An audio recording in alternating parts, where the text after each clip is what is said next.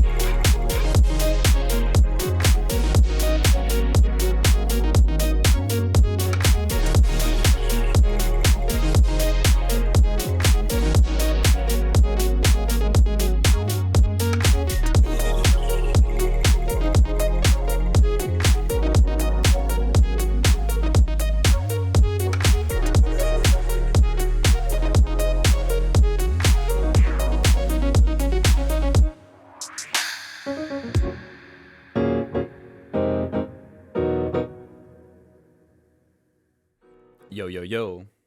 What's up, everyone?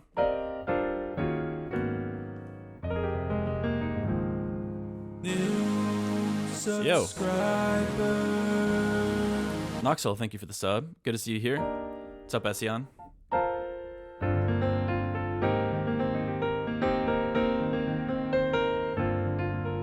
What's up, Ession?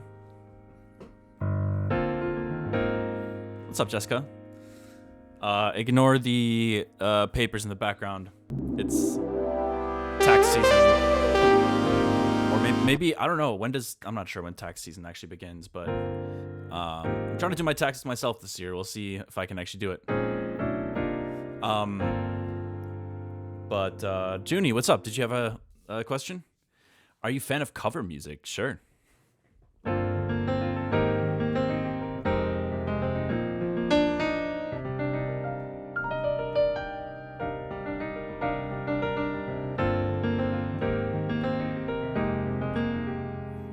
Oh, good luck. Yeah, shit. I mean, I haven't done it in 10 years, so I feel like I'm might be shooting myself in the foot, but I don't know.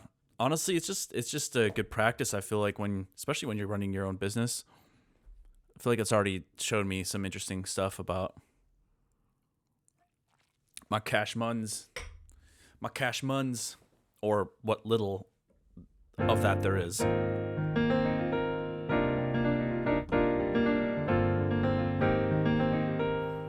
You do your own Cheska? Nice.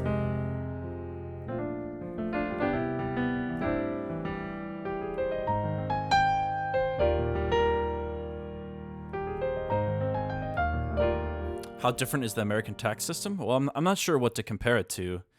And I also don't know it very well, so I'm probably not the person to ask.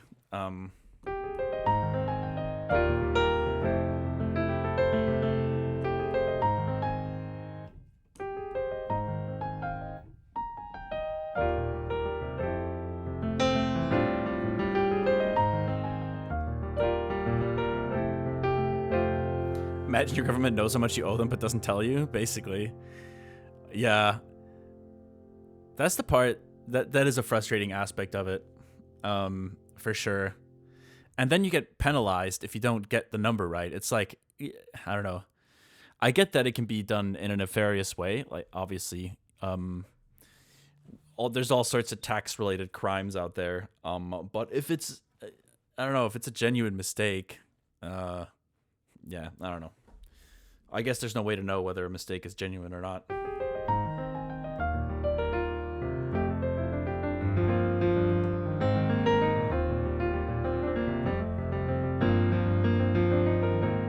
Yeah, once a year, but a lot of artists, I've heard a lot of artists pay quarterly taxes.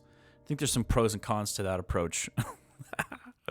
Oh, shit. This is how I know I'm getting old, man. I'm just like having casual chats about taxes, but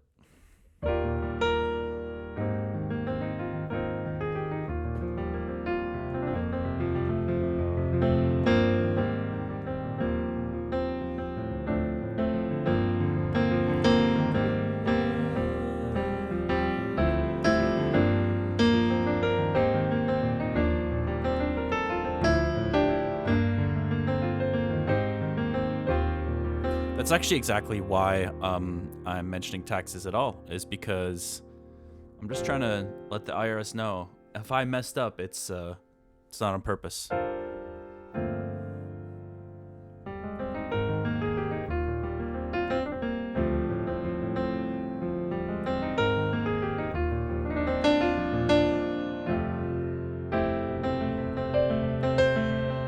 That's the thing. In principle, listen, I've family in Europe. I lived in Europe for a while. I'm no stranger to paying the concept of paying taxes, but I think it's, societally, the way people feel about taxes is so different.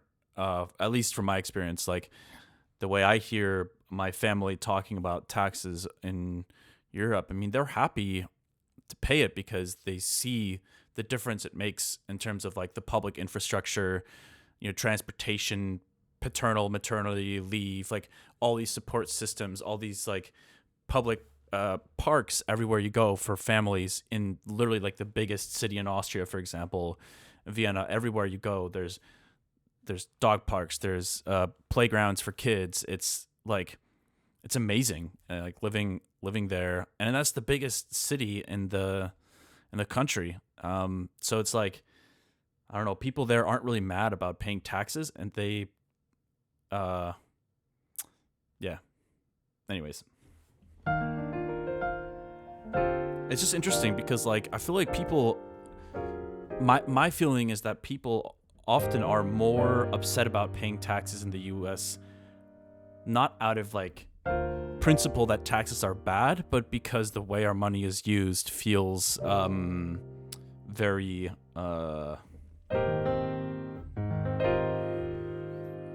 I don't know, like I don't even know how to describe it. Not good.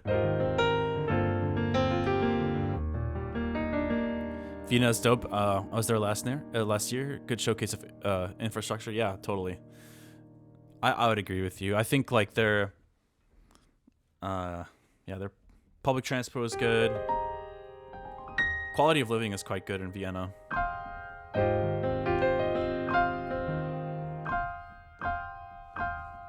It's kind of a cool chord. Wait, did I miss something that you were asking, Junie, or am I imagining this?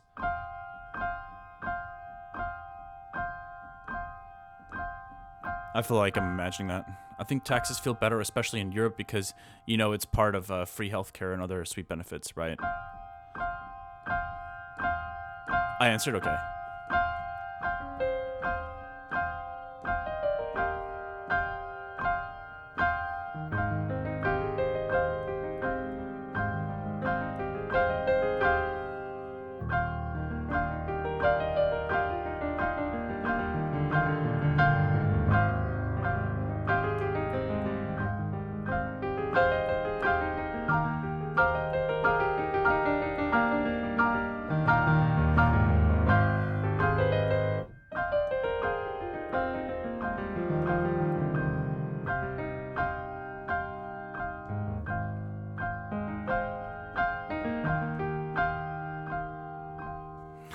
A beautiful, sweet melody. Thank you, Hero of Kvach.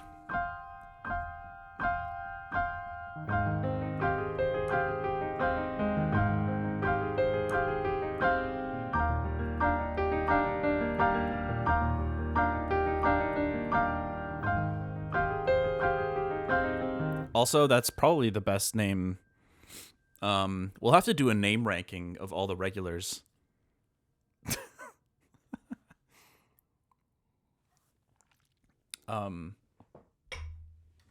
One of these days.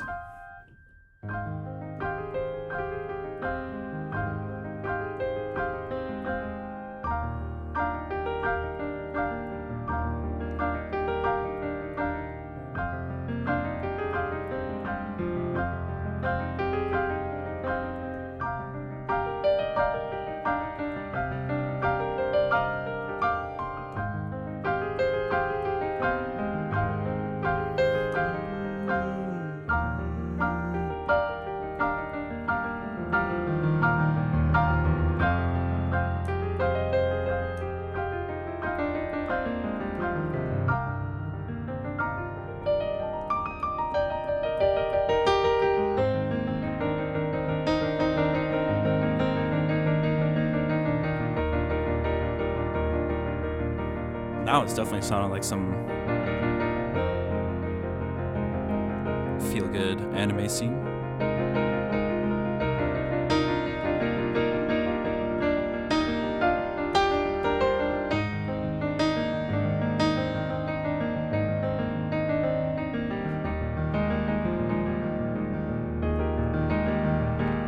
Actually, it kind of is giving me Radiohead vibes. You guys know that's that classic Don't Leave Me High.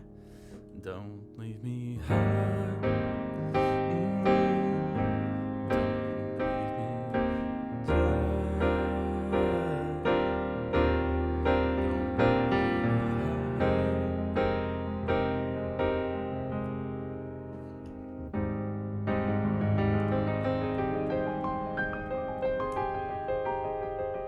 Really got to practice my left arm. I feel it, yeah. There's plenty of great exercises to get your arms and your fingers and all the muscle memory kind of more on the same page. I mean, I'm rusty as hell. This last year was not a good year for me with piano practice. My wrist being all messed up. I have started. I was at the gym again today, which is nice, and I'm hoping that just the act of lifting again regularly without straining my wrists too much is gonna help. Gonna get me back to 100%. Right now, I'm still feeling like I'm like at somewhere around like 90 above 90%.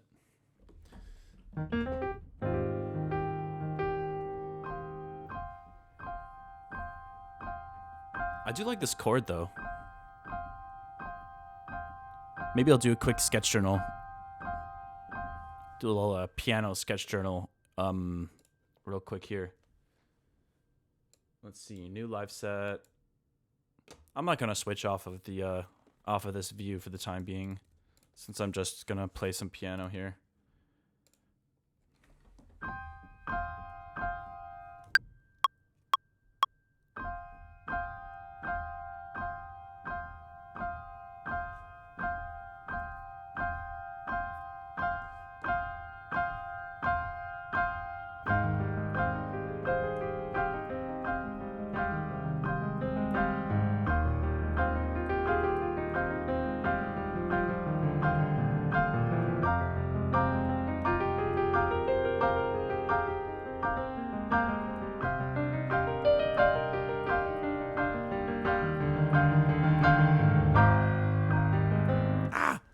Kind of ruined it there. Hold on. Let's try that again.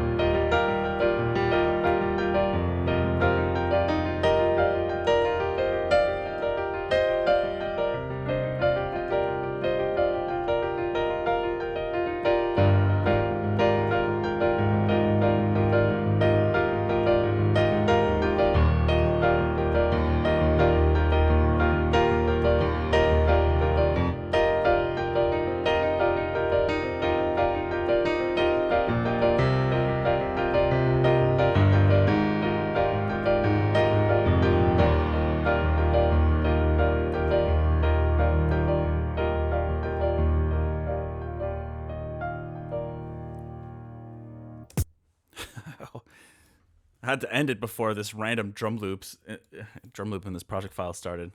That was a vibe though. It feels like a nice little preamble to the OG Wisdom version that's gonna end up on the album. Right now, I think the working title is like Euphoria or something, but I don't actually have a final title for that yet. So, all right, let's save this. First sketch journal of 2026, I'm pretty sure. Yeah, we don't have the folder yet.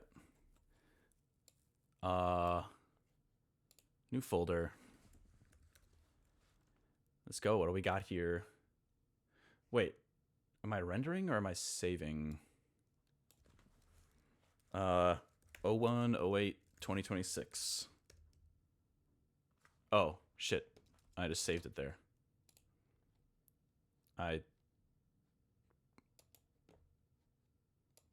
Never mind. I don't know what I'm talking about. Cinematic Delilah.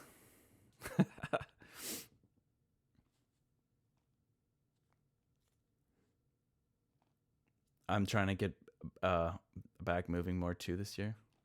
What's up, Potty? How's it going? We're just kind of getting a slow start to the day. I'm gonna open up my my album like project arrangement file. Try to look through where some of the songs are at currently. I think the idea of doing a double album is definitely helping me. I'm pretty committed to that now that I'm kind of like seeing how much stuff I have to work with. It's just too much for one album. It's far too much. So I've just started arranging these. So we got album tracks. I don't know what color to make this. Let's make it like purple. We got a new follower. Yo, thank you for the follow. Tray Flip. Quick question. Do you think it's a good idea to mono the bass frequencies in the mastering of a track? I mean, I think generally speaking, yeah. But that there's actually a producer that I think is extremely talented named Phonon that just kind of he's been posting some great videos recently, like little short form content videos about his philosophy behind music production and stuff, and a lot of it is really great. He talks about stereo and sub, and like generally the problem, and don't quote me on this, but from what I understand, it's generally like not recommended because of phasing issues when it comes to larger venues. So, if you're playing a show in a system that is really able to get down to some of the lowest frequencies that you normally don't hear live, having stereo sub creates a lot of phase cancellation issues in a live setting. So that's kind of my understanding of it. So for me personally, I don't have such strong feelings about stereo sub that I'm like, I have to have this. I used to feel that way actually back like 12 years ago or so. I loved stereoing and everything. I loved everything in stereo. If you listen to songs like Back and Forth and stuff like that, you'll just hear like, I mean, I would literally create, I would render out like my drums and create an entire extra layer of the entire drum track with like stereo effects. And I mean, I just love doing it. I thought it sounded cool. Yeah, anyways, I think I kind of grew out of that a little bit, and now I kind of prefer to just avoid it for the most part, because I'm not talented enough as a mastering engineer to be like, this is how to avoid phase cancellations in the low end, while still maybe having some stereo. And like, honestly, most of the time, how much does it really matter? I mean, for me, it's kind of like it was not a huge sacrifice or anything to give up doing stereo in the low end. Okay, but anyways, let's see. Where are we at? So Fade Away, I think I want this to be the last track on the album. And the piano stuff I was just playing, this is the song that I was thinking it could lead nicely into. This is an old version of it.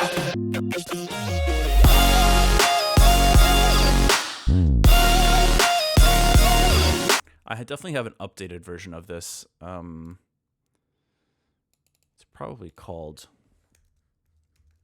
Euphoria still. Yeah. Oh, maybe I haven't rendered a new one. So I definitely know that this is an old version. Anyways, I think that those could be complementary. It's got like already has a similar. Is it in the same key? Maybe. It's not, but it's close. Just a couple of semitones off. Sound engineer here. Problem with stereo subs is on stages where the subs are deployed in a central line, and therefore they are fed with a mono signal. Interesting. Yeah, I mean, I feel like stereo signal is just always a great way I think the way that I see stereo is like it feels like a great tool for emphasizing certain sounds and like, but it's also like a placement, you know. I sometimes stereo imaging feels almost similar to like reverb in the sense that it gives a sound more of a feeling that it's like in a certain space or environment versus just something that's like super flat and mono. I don't know. I've always felt that like reverb and stereo are kind of like are similar in that way. But anyways, I have so many sketches that aren't on here. It's kind of absurd. So let's try to take a look here. Is there anything else in here that I'm feeling like might not be a good album track?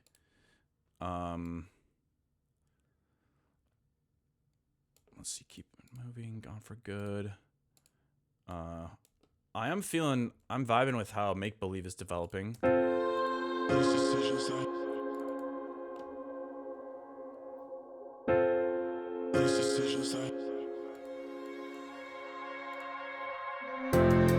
these decisions that I can see, are they really mine or made for me? Maybe I would rather play make believe. Maybe the truth isn't what I need. What I can say, what I can do.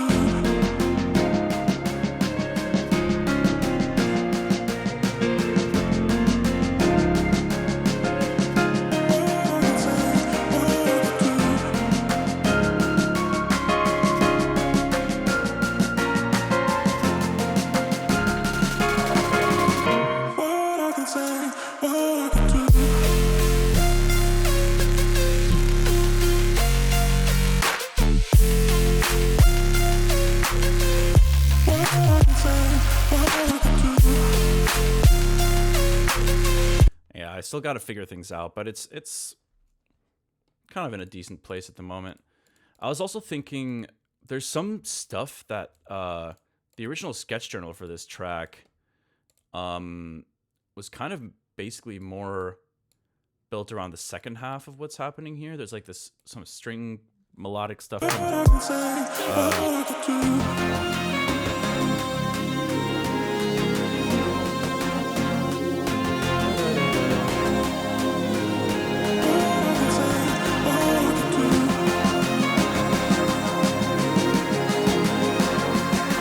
I think some producers keep a mono version of the sub alongside a stereo sub. Yeah, that makes sense to me. I mean, that kind of goes for most elements in a song.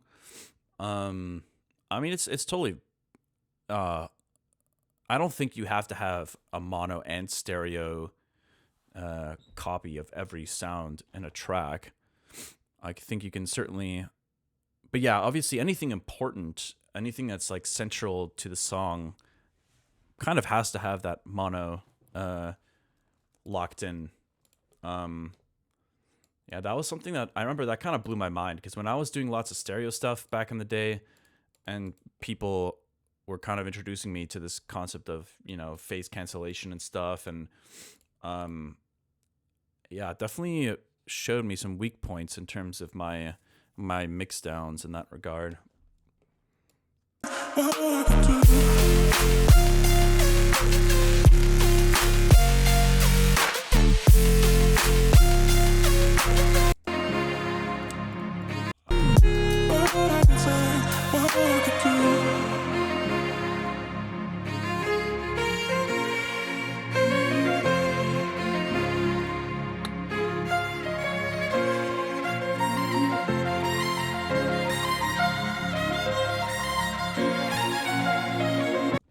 I'm almost wondering whether this melodically could go in the build, because I do really like the strings. I like the texture. I do like the melody. And I'm wondering if I can maybe do that in this first build instead. Otherwise, a lot of these melodies feel kind of like, I don't know, they're nice, but they only happen once, and they feel kind of discombobulated a little bit from the rest of the song. What I can say, what I can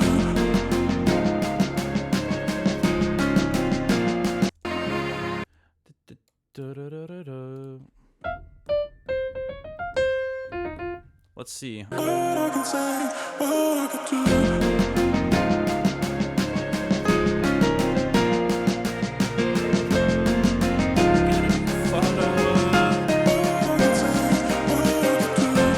You know, actually, yeah, thank you for the follow, Nixie. Now that I think about it, I think there is a way to kind of join them. If I remove the little like pickup riff there, and I just start in the downbeat, then the vocal can kind of be the primary focus for that like little moment here before the downbeat. What I can say, what I can do.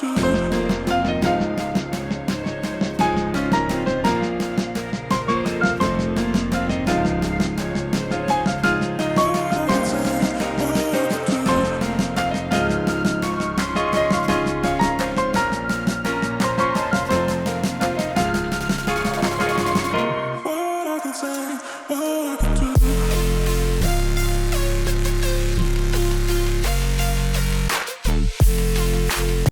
Okay, yeah, definitely still needs work, but I like the idea of doing that. I'm just gonna record this here real quick on the piano. Maybe the truth isn't what I need. What I can say, what I can do.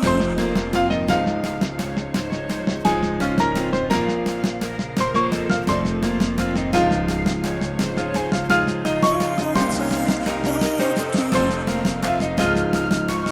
I wonder, maybe I could get the boys to come back and record strings to double this the vocal. Truth isn't what I need. What I can say, what I can do.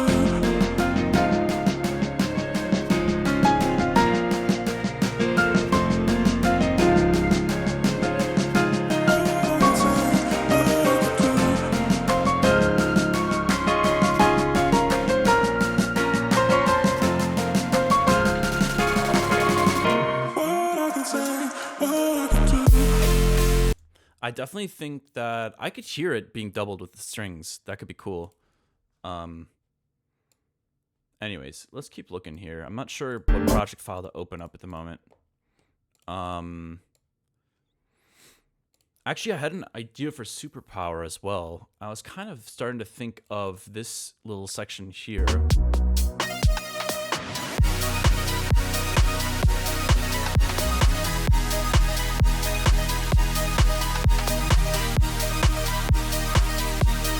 I think I'm going to try to make that the drop potentially. Let me save this, because I think that that's going to take a little bit of finessing to see if that's potentially a good idea. So let's open up superpower. No idea what the project is looking like right now. The best mod on Earth? I would agree with you there. Yeah, it's kind of weird. Obviously I'm rusty with the album process, so I'm noticing these things where I had the string players come through and record a lot of bridges, which wasn't necessarily something I set out to do specifically, but I guess it's just a nice way to introduce some I don't know, some harmonic variation and stuff. And now I'm like, yeah, there's too many songs doing this, and it's an interesting process trying to create like the right balance between, you know, elements that are repeating and elements that are changing on a song by song basis. I personally don't like it when an album feels like the songs are all too similar.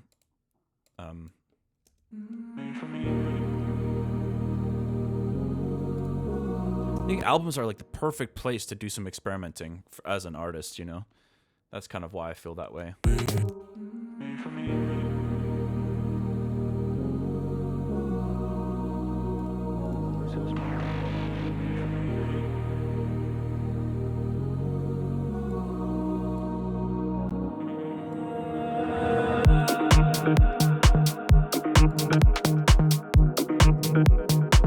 So I was listening to this, and I actually feel like these are kind of a little bit too upfront for intro drums here. I think they'll sound good for the verse.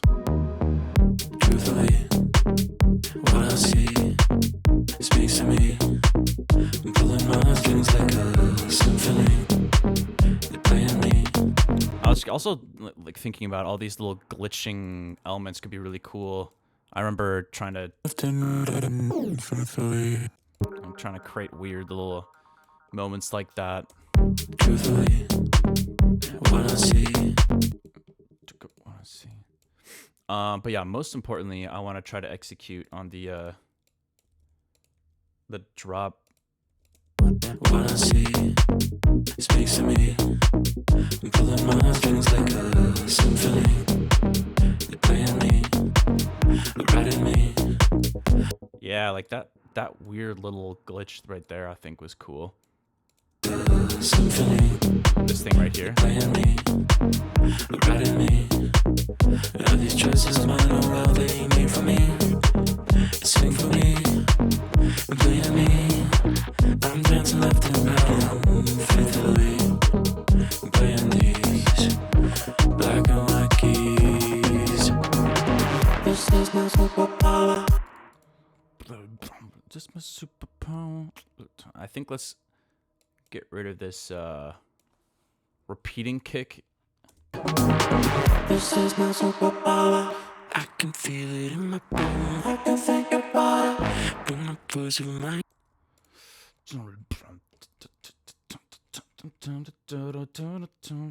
Yeah, you know. This is my superpower. I can feel it in. Let's get these This is my superpower.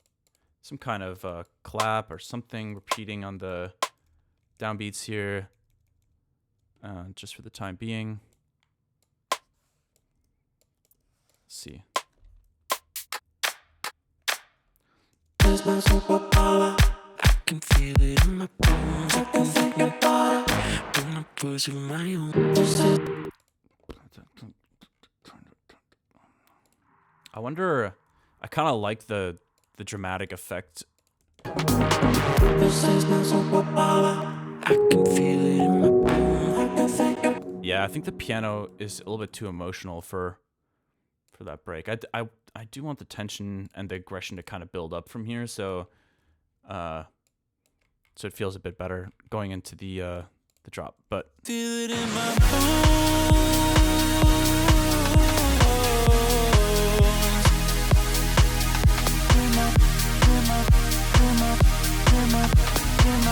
I'm not 100% sure about that vocal, but I mean the it's not a bad idea. Let's see. This is my. I can feel it in my bones. I can think about it. Bring my pussy with my own. This is my superpower. I can feel it in my bones. I can think about it.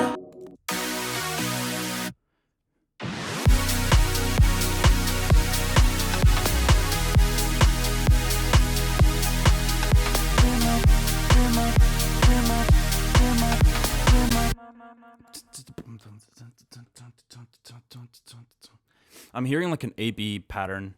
Like the first two chords, first two measures are sustained.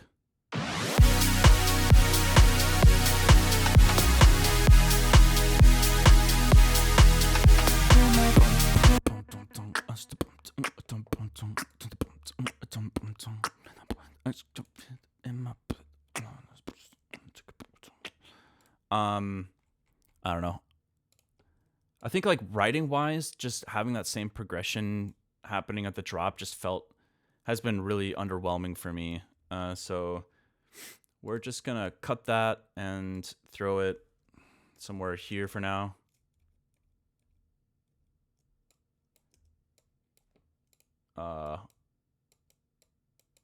So I think it's up until.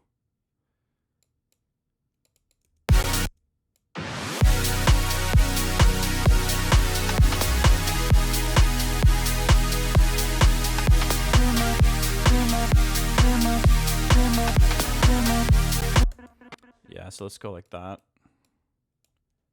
Throw this over here.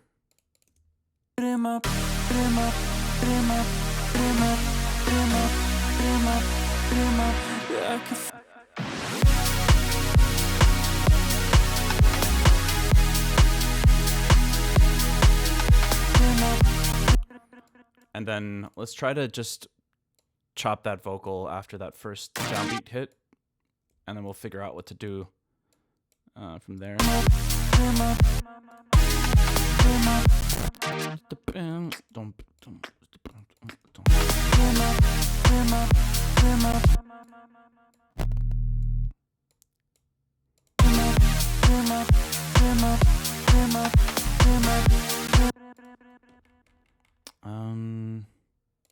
Oh, I missed a note.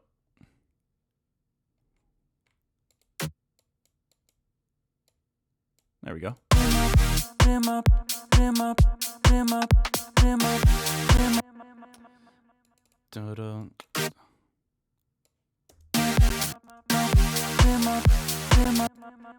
Not again. There we go.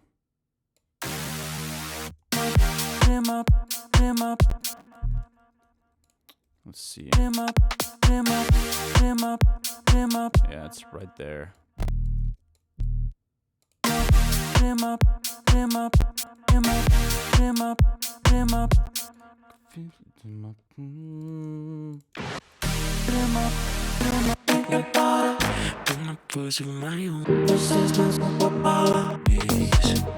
Black and white keys. This is my superpower. I can feel it in my bones. I can think about it. Bring my pussy with my own. This is my superpower. I can feel it in my bones. I can think about it. I can feel it in my bones.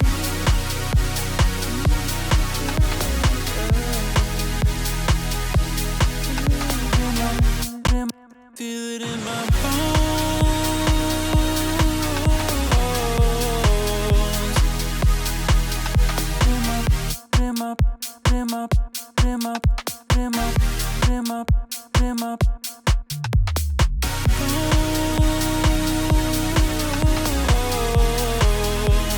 All right, cool. So we have like the rough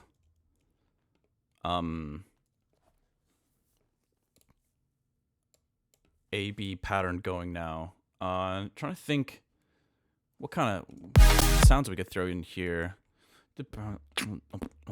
I was definitely hearing, just for the hell of it, I've been messing around with this this bass patch a lot recently. I feel like it could be cool here.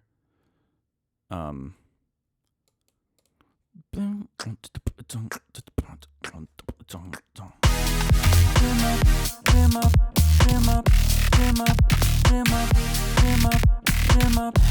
can feel it in my bones.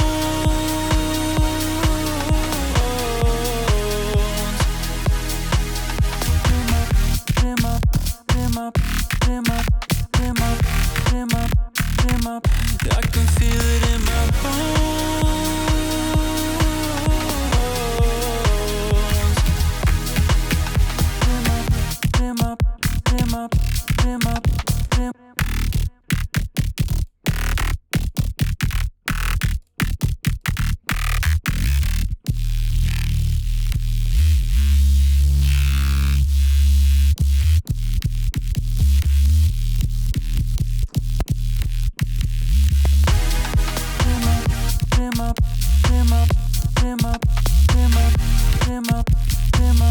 I can feel it in.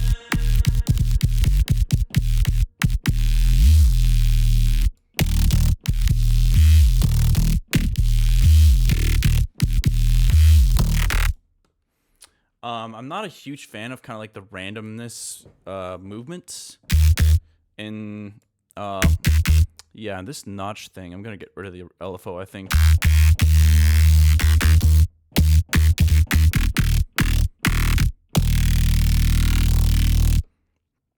I think some of the other movement is just coming from the phasing.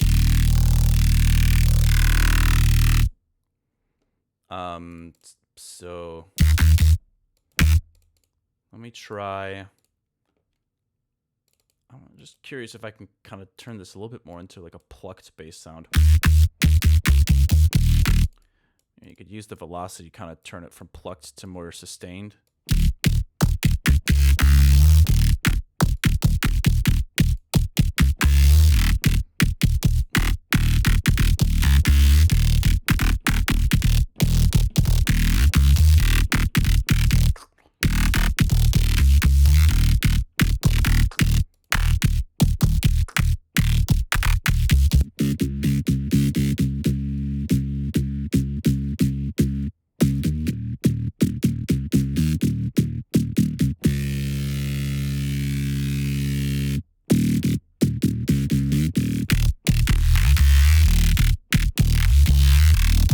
Wait.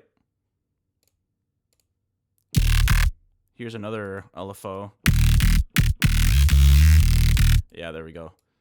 Sounds a little bit more static, which is kind of what I want.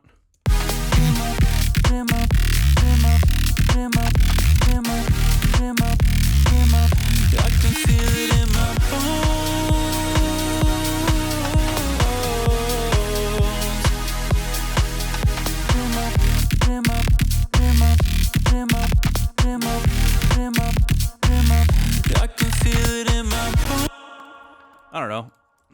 So let's keep rolling with the direction. See what comes of it. I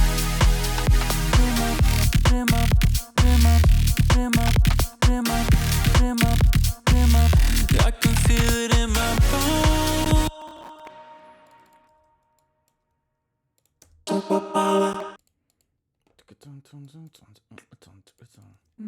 For me.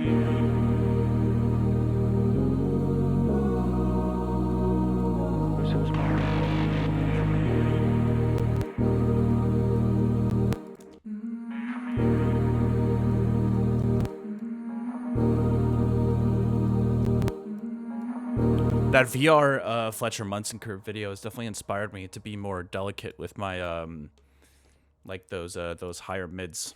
I forget the exact frequency range. But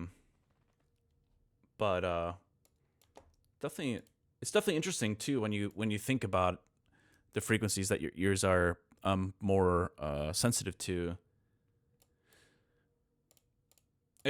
Like I was thinking about this today. I was hearing some of the music not even through the speakers. Like I just had my headphones sitting on my like keyboard tray here, and I was like, wow, it's so crazy how different the music sounds when you can't hear the low end, you can't hear like too much of the high end information. It's really just kind of like primarily that yeah, and kind of like those higher mids, like or just mids, I guess, in general.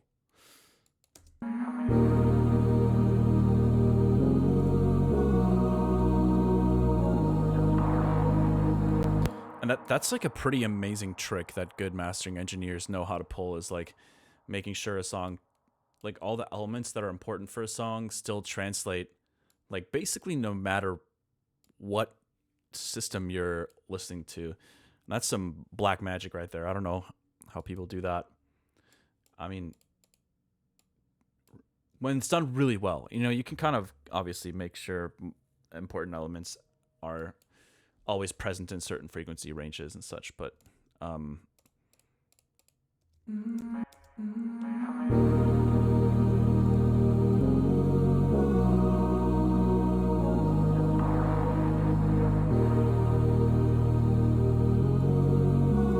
it'd be cool to try to take maybe these chords and layer them with the choir chords here and MPE them a bit. I remember trying to MPE the choir chords and it didn't work.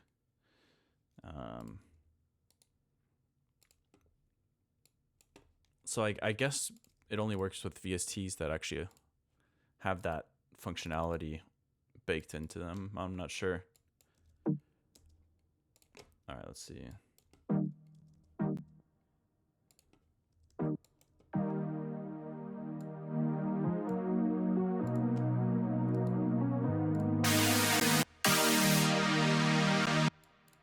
So let's see. So this one.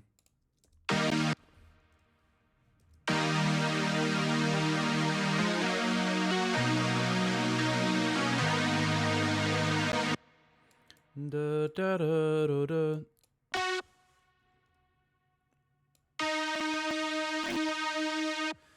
Da, da, da, da.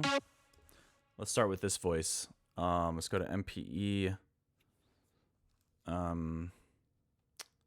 Forget how to bring up the. Oh yeah, that's right. You just click on the note. Okay, let's have it slide up 3 semitones. It's a minor third. Da, da. And then we'll go. Da, da, da. That's 2 semitones. Da, da.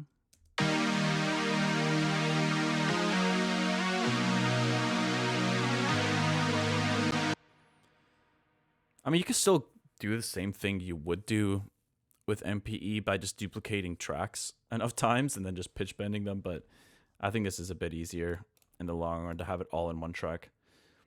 Let's see. So this voice might be the easier next option, I think. Da, da, da, da, da, dum.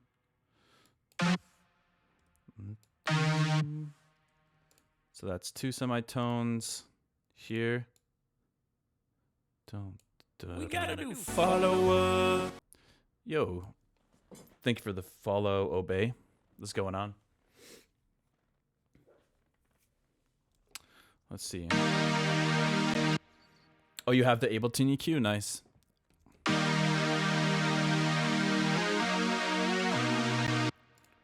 Okay, and then down to B. So let's get rid of this.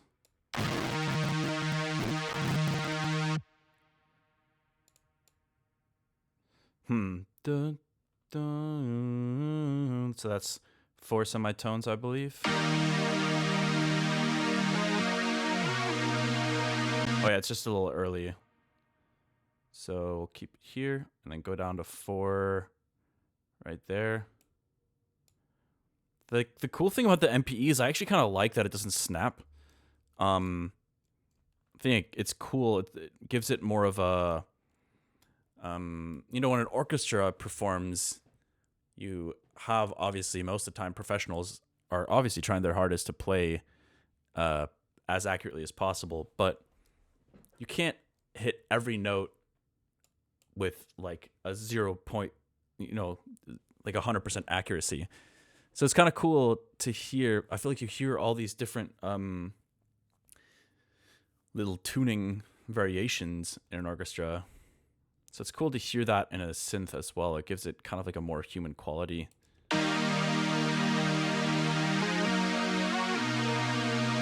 Let's get this middle voice going as well.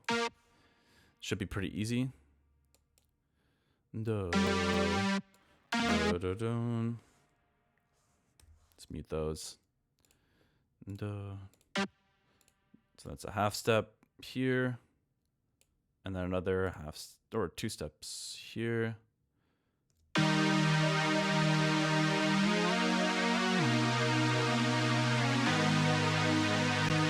Okay. I think we want to slide into this one too. So let's start with this middle note. That's 1, 2, 3, 4. I could have just been counting them like that the whole time. I was just singing the intervals in my head. But yeah, you can just go in here and count them. That's pretty nice. Okay, that's gonna go.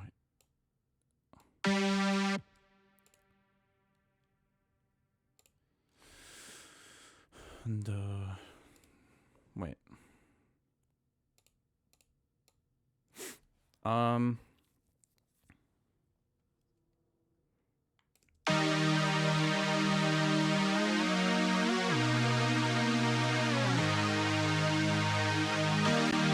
Yeah, we need another voice, but let me just finish this up first. We'll extend this here, have it go down to G#1, wherever that is. I think it's right around here.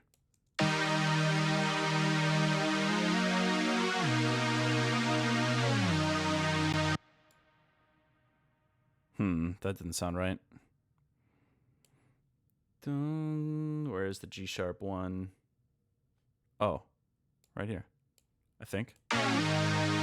Yeah. Okay, now we just need one more voice somewhere in the middle here, I think. And let's just extend that fully.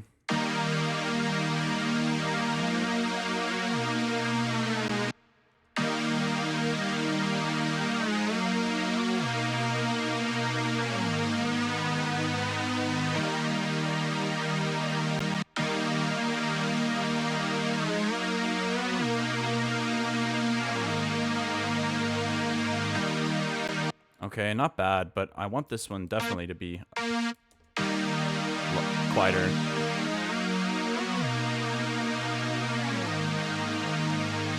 Yeah, that's actually pretty cool now that I think about it, having that extra control with the velocity on top of that. I like it. Okay, now let's go back in the patch here.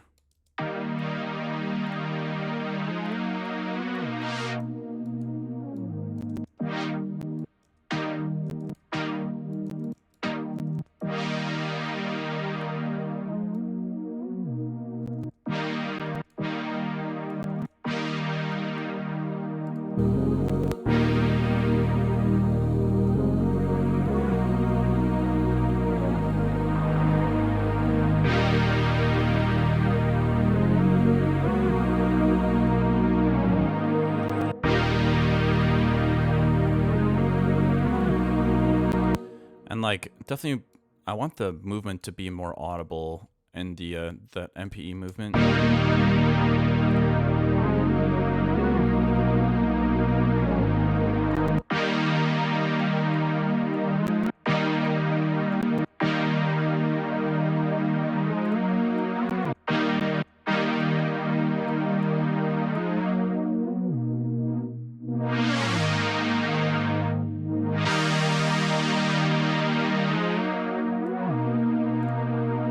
Maybe we just automate the cutoff.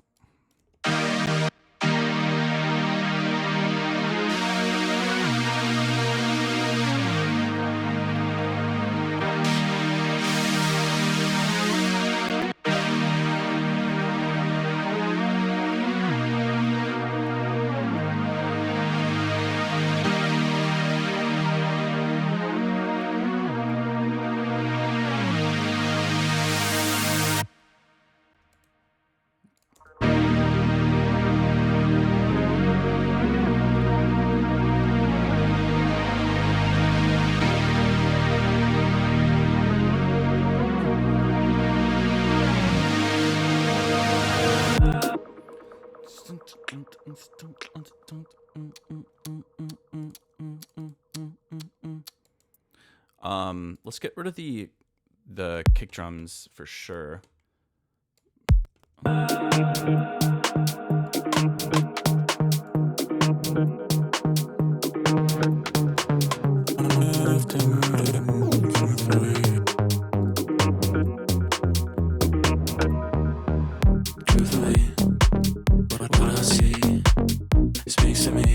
Okay.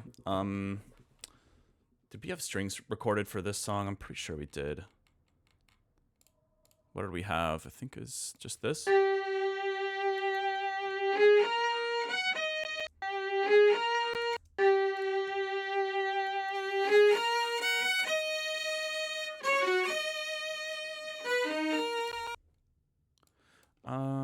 Yeah, I don't think that'll be helpful in the intro.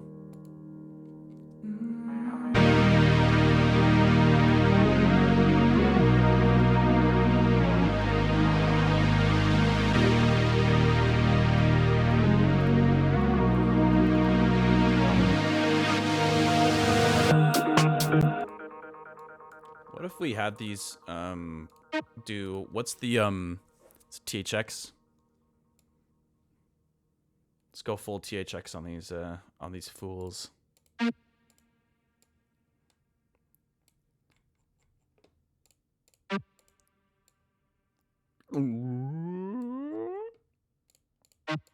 Plus, it's kind of fun to draw these shapes in MPE. Oh, whoops.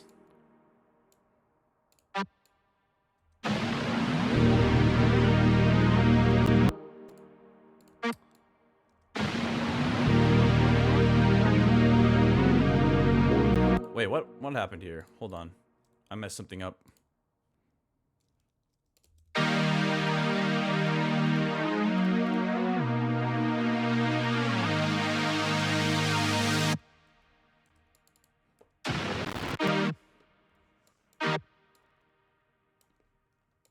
There we go. All right, starting from scratch. Just gonna drag each one of these down.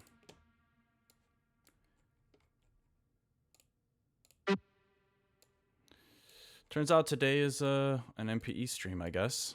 Definitely the most riveting thing to watch live.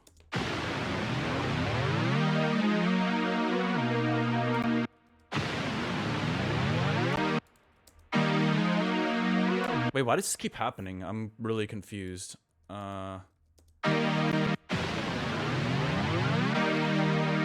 That's what I was trying to do.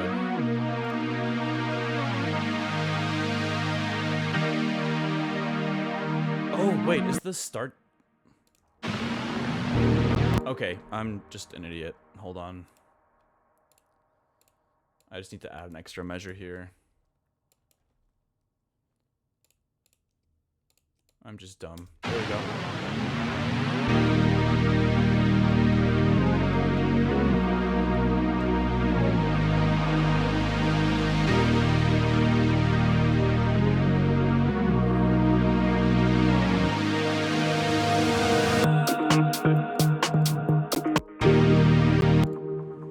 Wonder if piano would help here at all. I definitely feel like the synth is a little overpowering at the moment. Could turn the cut off down a little bit.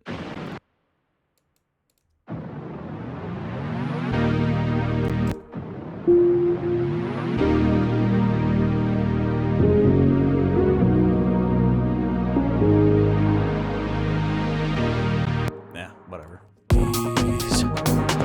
This is my superpower. I can feel it in my bones. I can think about it. Bring my voice with my own. This is my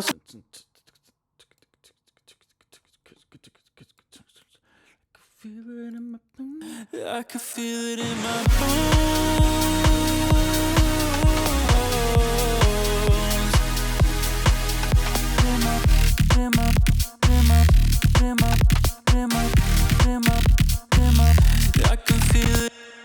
Okay.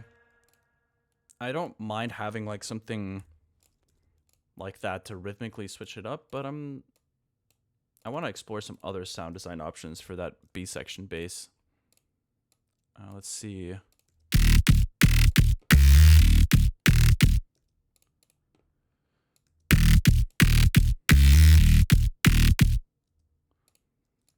Let's get the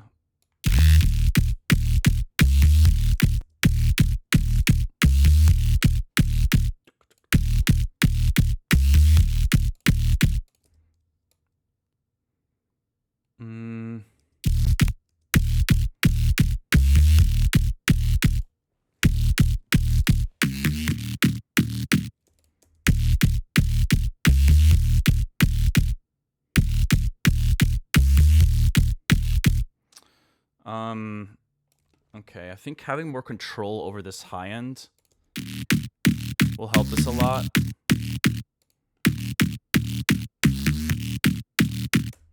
So maybe we can add a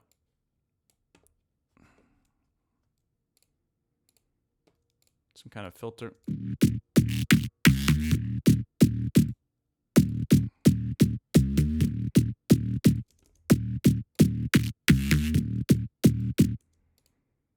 I don't know why I'm choosing to do this with Serum Effects, but I'm rolling with it. And let's just draw in some little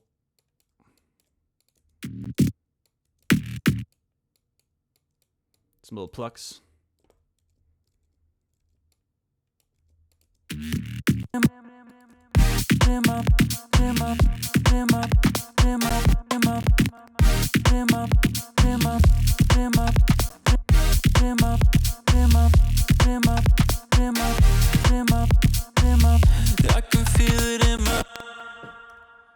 Cool. Maybe we could mess with the vocal a little bit. I was definitely thinking we could do some weird stuff.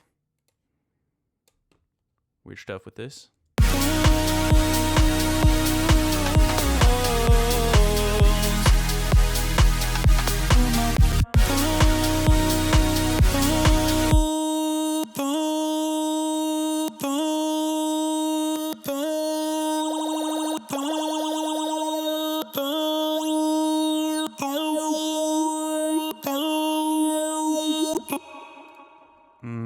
I don't know. Phasers are fun, but let's just keep throwing random stuff on here. See what happens.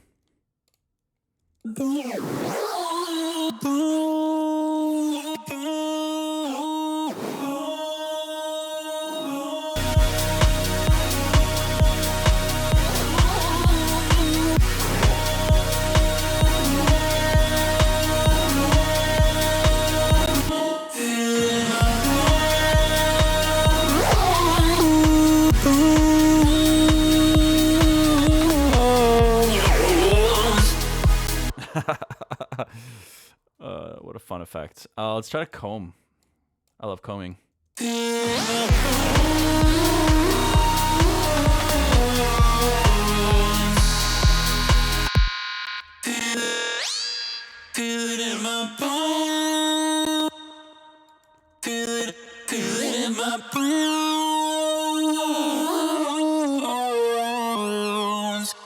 Ooh, that's cool.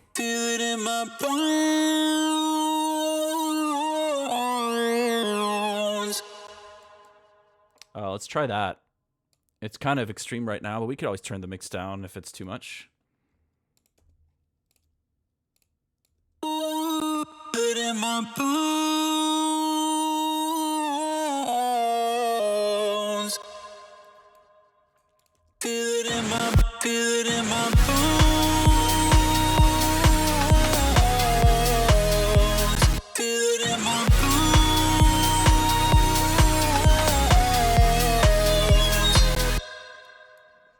Cool.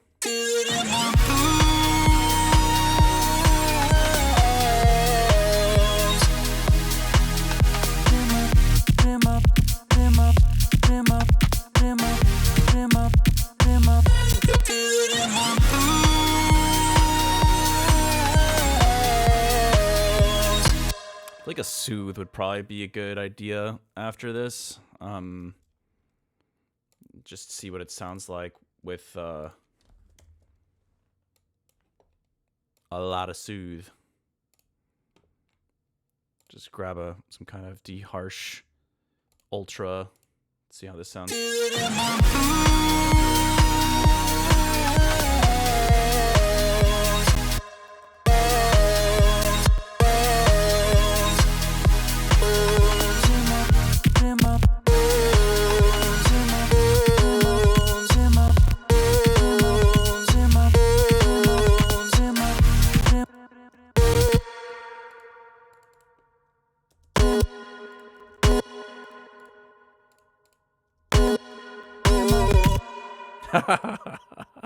Oh, I forgot about the auto tune.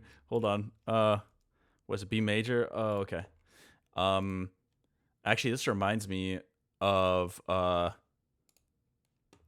if it wasn't for this weird glitch thing happening with auto tune where it snaps back to major no matter what key you have it on after a while. I forgot. I think it was Moogard that showed me this. It was in the Haywyre Discord. This thing is awesome. Look at this. You could just throw in the notes that you're using, and it'll tell you what scale you have. on your hands. So it's pretty sweet.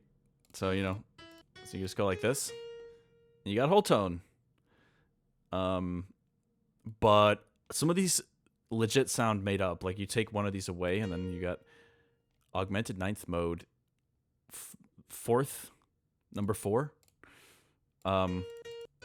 Inuit hexatonic 2. That's crazy. But if, I mean, all the other, everything seems pretty legit though.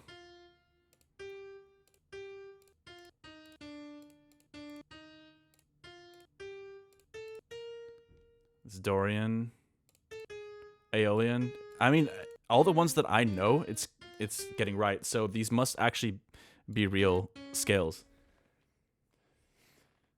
You can click the scale link to get more info on it. Yeah, where's the, hold on, like, what is this? Arfian? I caught my attention. What in the hell am I looking at here? I have... This is wild.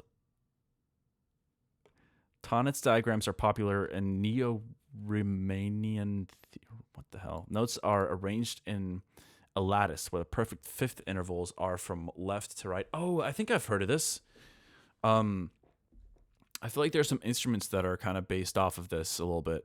I might be tripping though. Okay. Interesting. The bracelet shows tones that are in scale starting from the top. Yeah. But it's a really cool website. I like it a lot. But the reason I brought it up is I was going to just look up exactly what it is that I'm using here.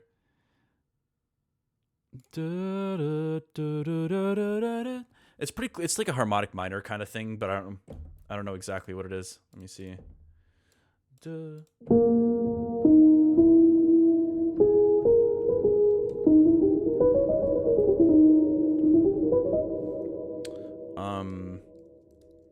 That's not harmonic minor, is it?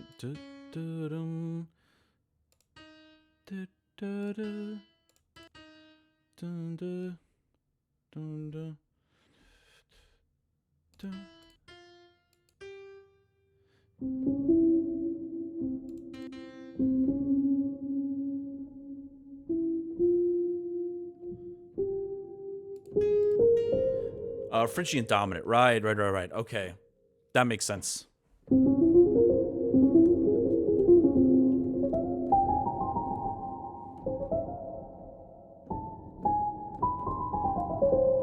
And then if you change this one, then it's double harmonic. Yeah. Double harmonic minor. And this is Phrygian. Okay. So it's actually that minor third changing into a major third. That's what differentiates Phrygian from Phrygian dominant. Which is not what I was expecting actually. Wait.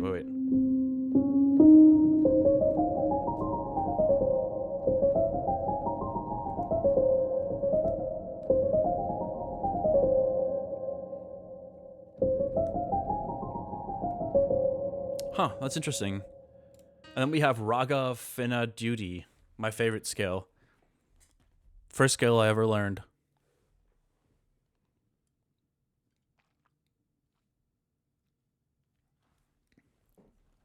Wait, you actually had to study Neo-Riemannian theory? I don't think I've ever heard of that before.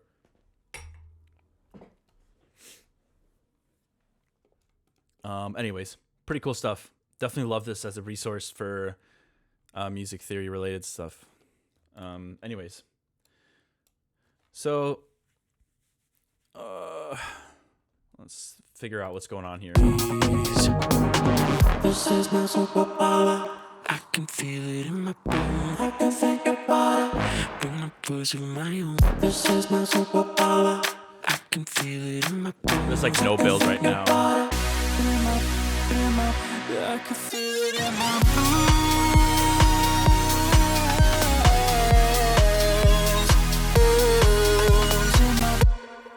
I don't know what the hell I'm doing right now. I mean, this is not... Feel it in my Feel it in my bones.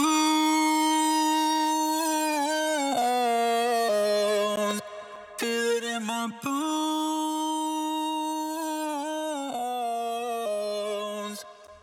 Feel it in my bones.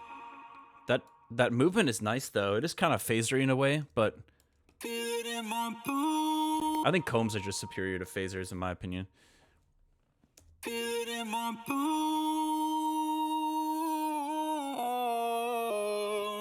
But a comb is actually just a type of phaser, isn't? I'm pretty sure, isn't it?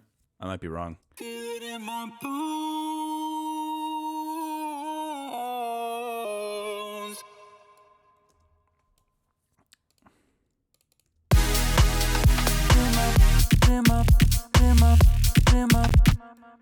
I don't mind this kick layer in here. I think it helps kind of make it a bit more aggressive.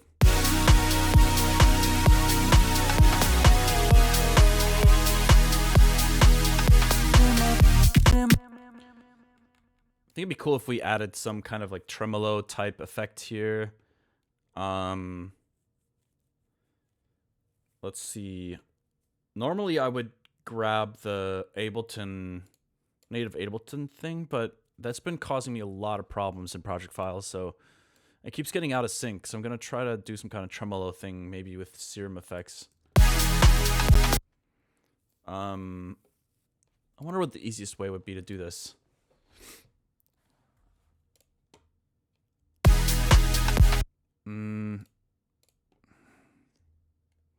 Utility, and then there's no volume on the utility, huh? Oh, there is right here. Let's try this. Oh, that works.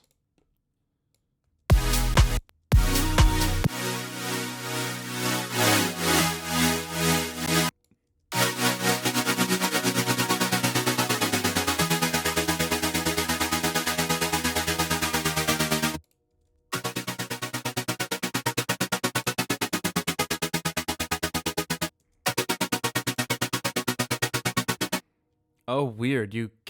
Turning the mix down doesn't mean that this isn't. Ah, okay.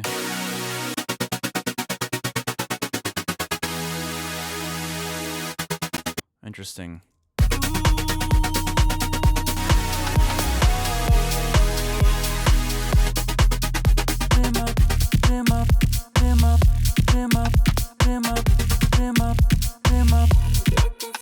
Okay, maybe this isn't the best way to do this after all.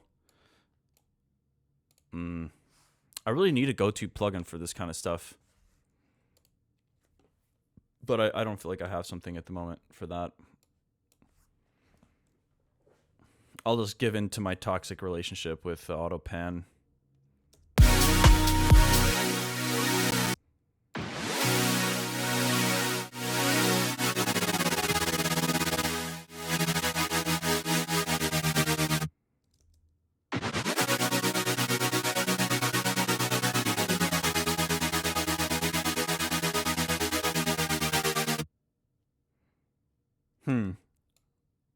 Ah, there we go.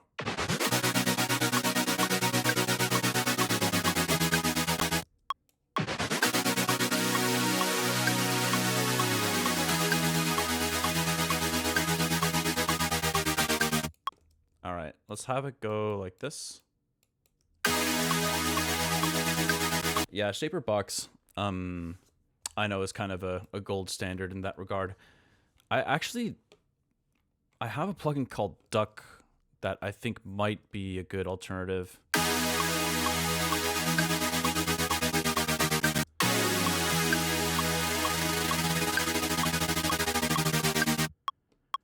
I actually don't know if I want this synced or not. Let's go to rate.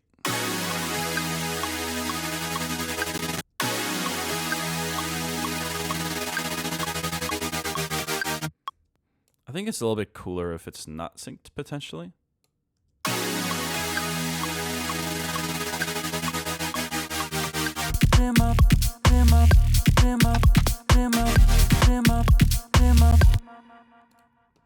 Okay, let's get rid of the amount here.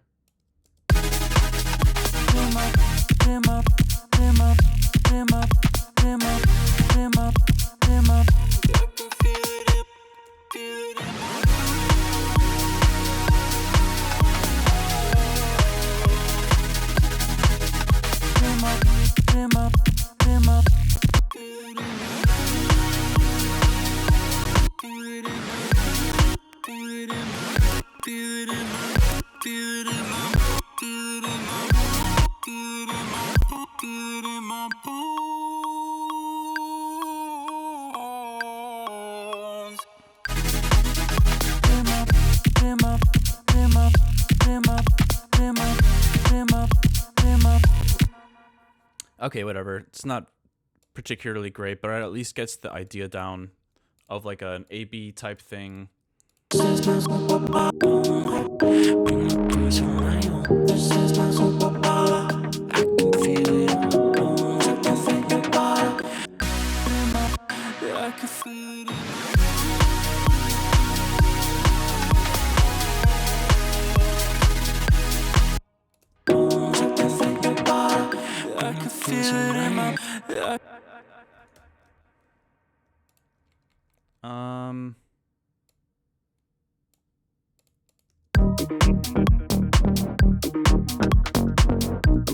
All right, whatever. I'm just gonna leave this project file for the time being because that's all I honestly wanted to do, was just to kind of like rearrange it like this for the time being.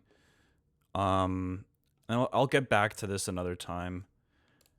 I feel like this is something that happens a lot when I'm working on album stuff, is when you're zooming out, it's tough to zoom in and zoom out with albums because like you obviously have to think about the bigger picture, track selection, track arrangement, and you know, but then let's say you're like listening through the tracks and you have this little idea of like, oh, okay, like this super power track, for example. I'm like, oh yeah, I want to change the section that will be the drop to this, make it sound more like an A-B, call and response type drop. And then I think it's important to be able to kind of commit to just like, okay, that's all I'm going to do. That's the only idea I had. I'm not hearing anything else. Just going to get that down and then get back to the other album tracks. And anyways, that's how I feel about it, at least. You got to be able to zoom in and zoom out. Macro and micro.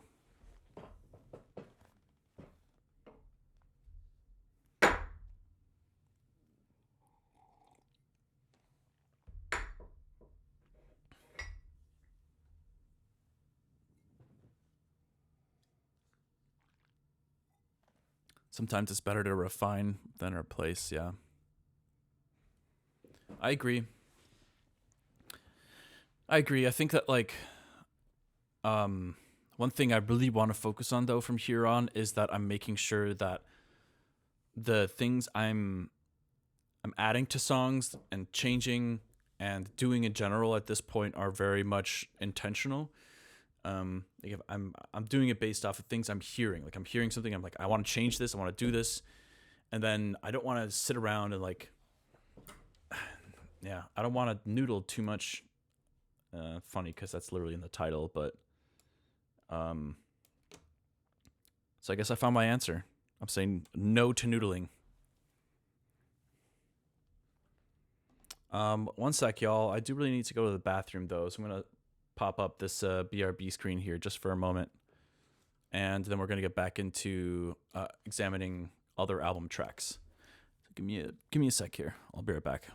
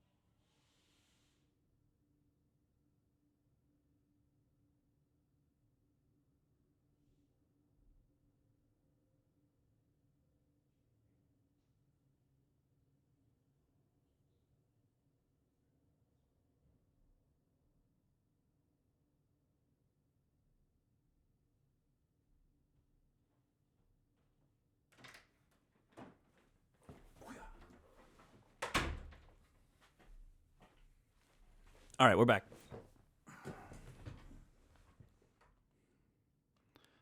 Let's get rid of this screen.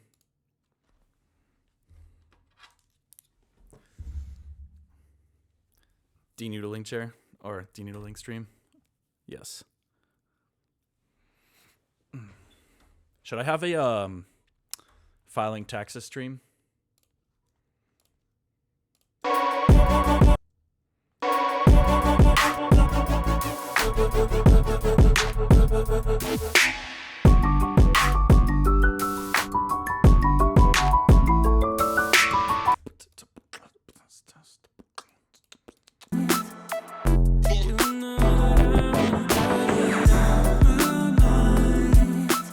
Oh yeah, I was thinking about Keep It Moving as well, this track. I was thinking about trying to simplify this song a little bit.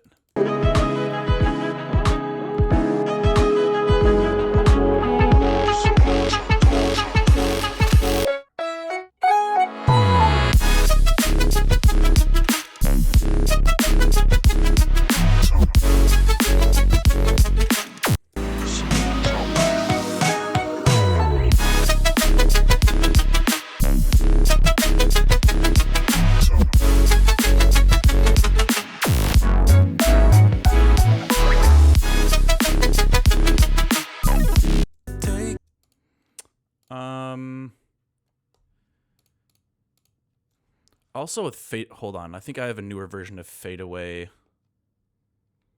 somewhere. Sketch Journal 2025 Fade.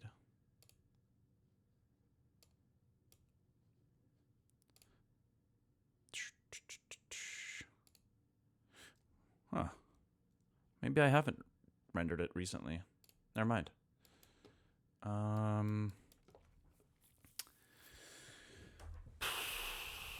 But yeah, I think unfortunately I might actually leave this.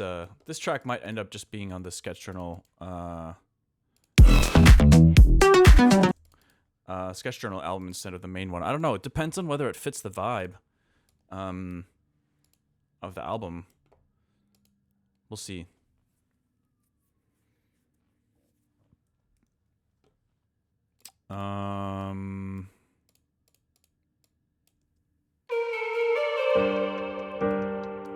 Make it slide on my own, I can get by fine. I think by default, I should just consider that most tracks are going to be on the Sketch Journal album instead of the main album. So be nice to have them by default in this, like, the Sketch Journal category. So let's see what else I have here that might be good to throw in there.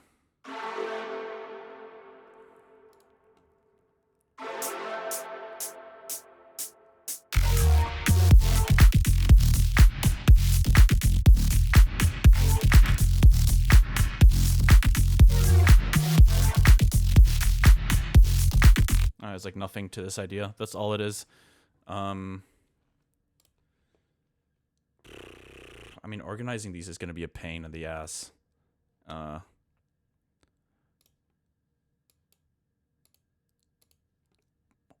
probably end up with duplicates in this,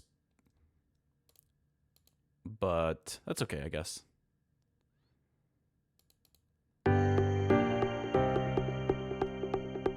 Oh yeah, this track. We started this on stream in December. Oh no, wait. Oh god.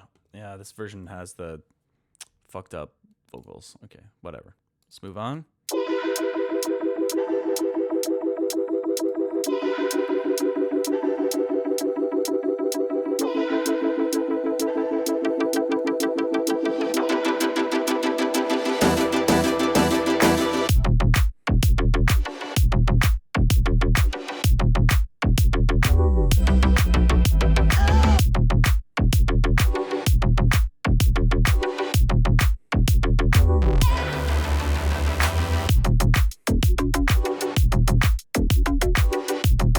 Cool idea. Definitely could end up in the sketch journal.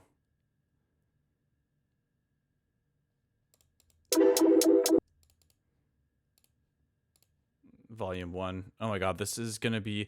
You know what? I mean, Skrillex had that, what was it called? Fuck You, Skrillex, you think you're Andy Warhol, but you're not. Album. That felt a lot like a mixtape.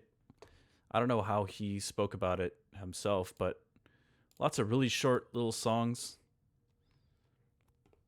A lot of them were really old, right? I can't remember... I can't remember how old some of them were, but I feel like it's a good way to... Because, like, when you're... Yeah, it's just hard when you're producing, composing, mixing everything yourself. It can be hard to finish every single idea you have.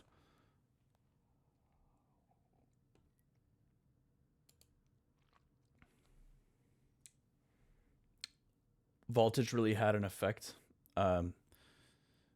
Yeah, you know, it's interesting because I think the quality on Voltage, to me, feels like too high for it to feel like a mixtape feel to me. It feels definitely more like album material.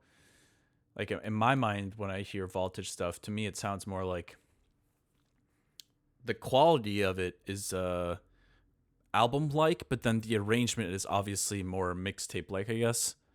Because a lot of times it's you know, you get one drop and then it kind of moves on to transition slowly into the next track. Right? Or am I wrong about that? I think, are there a lot of songs that tracks on Voltage that extend?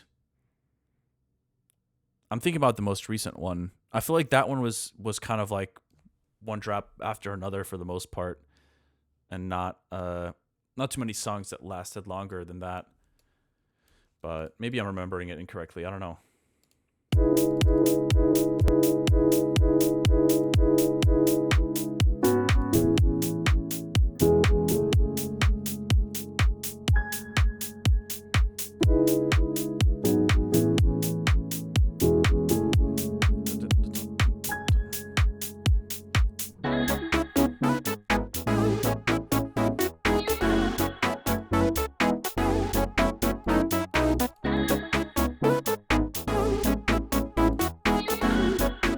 Forgot about that thing.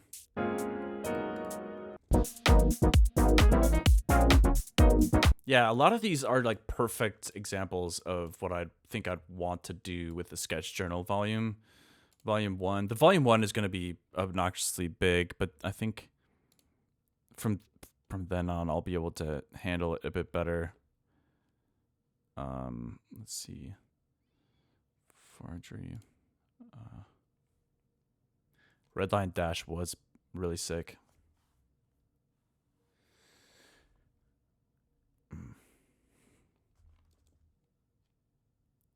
Let's see. Oh yeah, the Crash Project. This one is really cool too. It's tough. Like, I like a lot of these ideas, but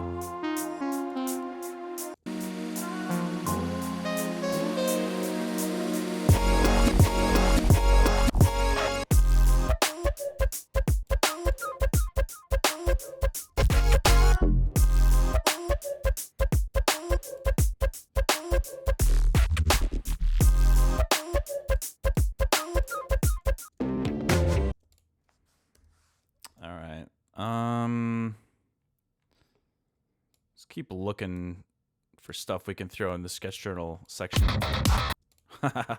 What was this? This was the random metal sketching?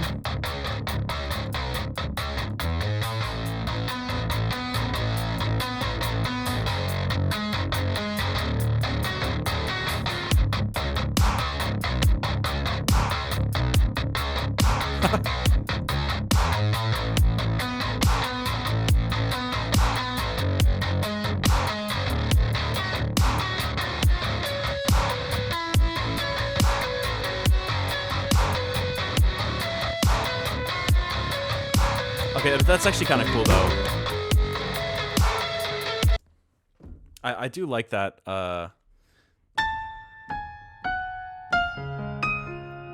What is it?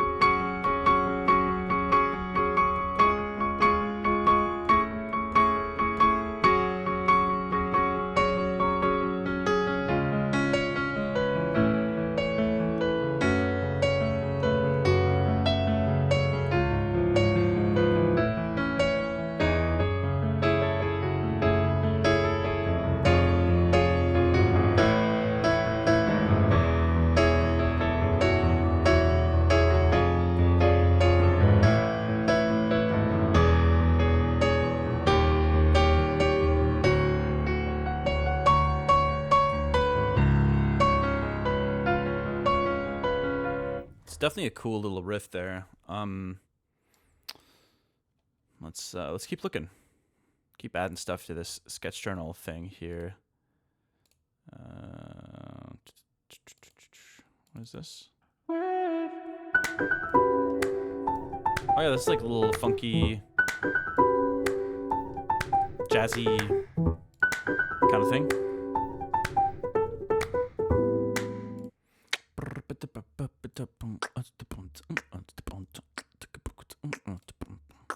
That one's cool too. Inside remix stuff, or Inside VIP rather. I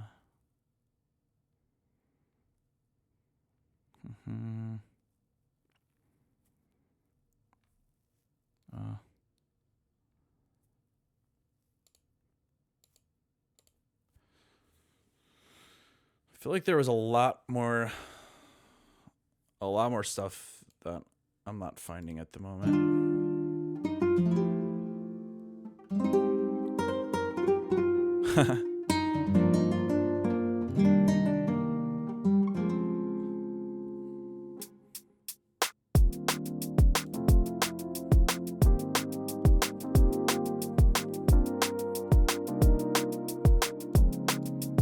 Kind of a cool chord progression.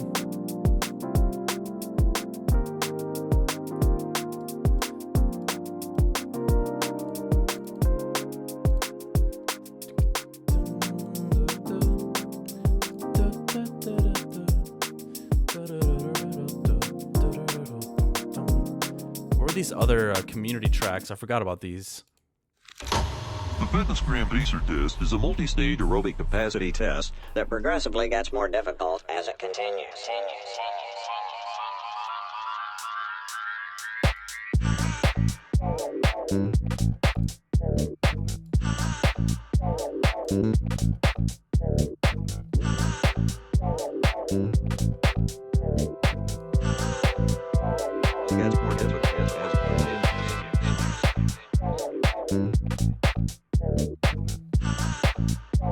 I do like this.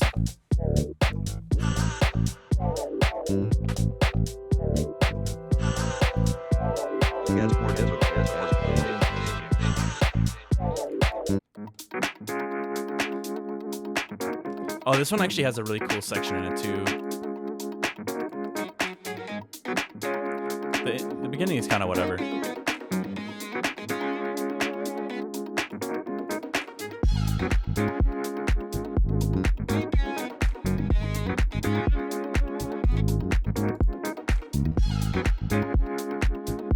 I think it's right here.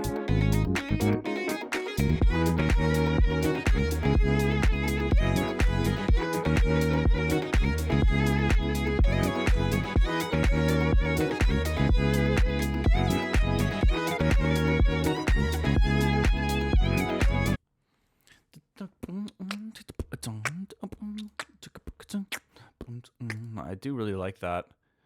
Oh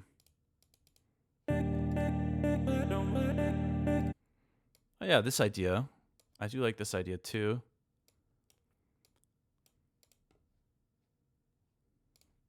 That was, I think, the first thing I made on this new season of streaming.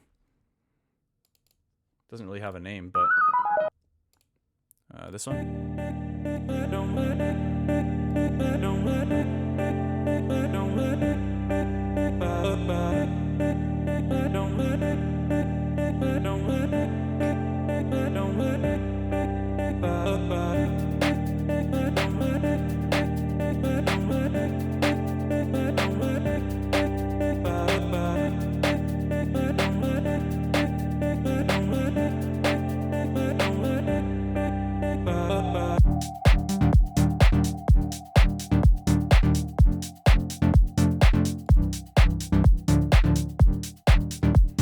Super simple little sketch, but it's got a nice vibe.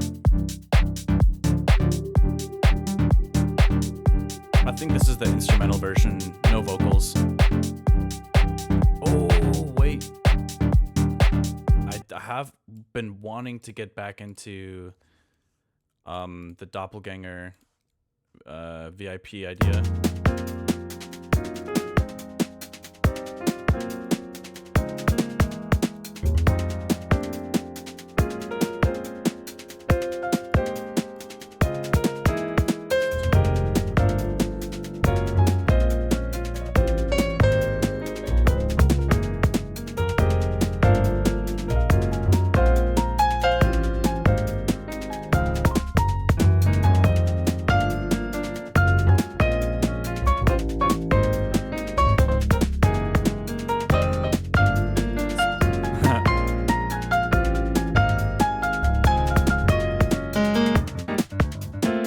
It's very messy and short, but it's a cool idea.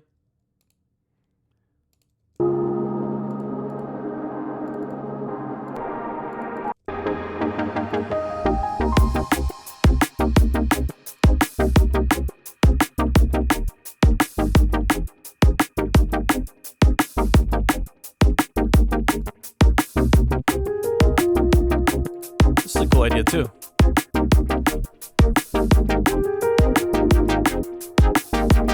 He's doing a feedback session for himself.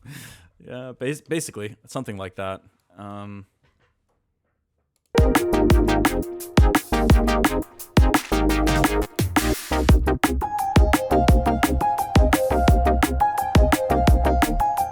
It's more of a taking inventory kind of stream at the moment. I'm just trying to figure out what all the stuff is that I would like to release. Make sure it's not gathering dust, and find a way to differentiate between album material and sketch journal material. The hell was this?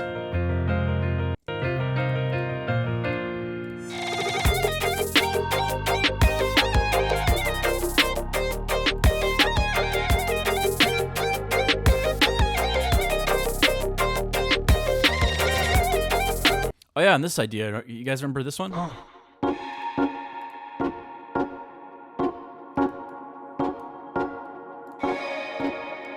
This could be album material, maybe.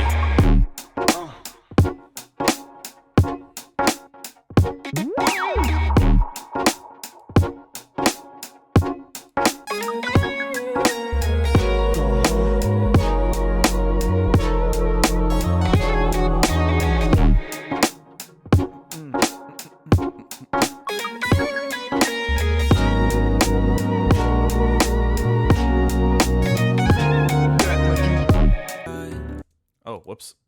But yeah, that one's got some potential for sure.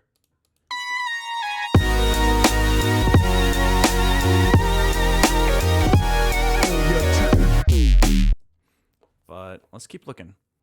Let's keep looking. Oh yeah, this is some alternate version of another old idea.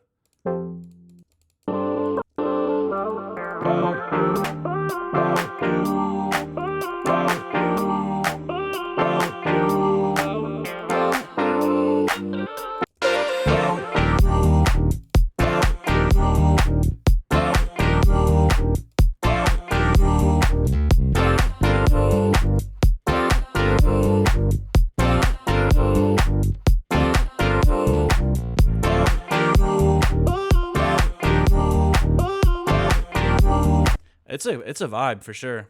I like it.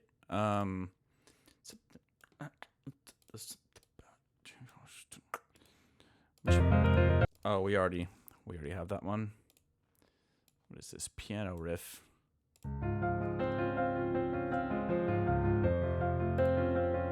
Ooh, where's this playing from right now? Okay, this is confusing. I do really like that piano riff. Very mysterious. Ooh, what is this? Man, I have so many files I haven't looked at in months now. Jazzy Reese stuff.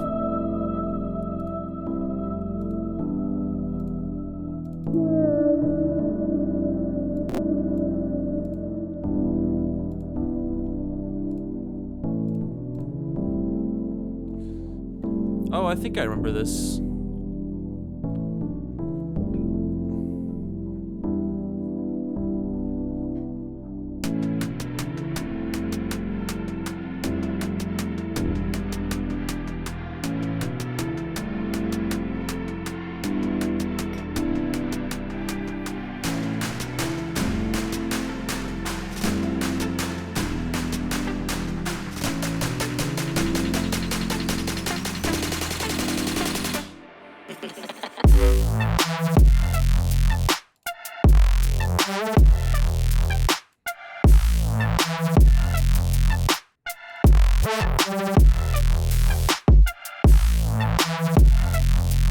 That's kind of a interesting, simple little thing, but I actually like the mix though.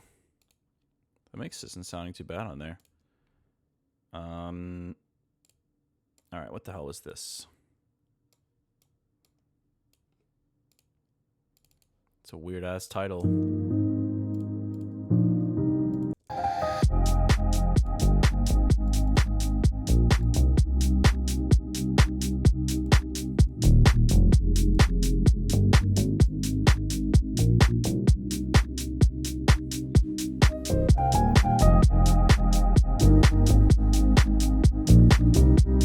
Give me the kind of Ben Bomer vibes a little bit.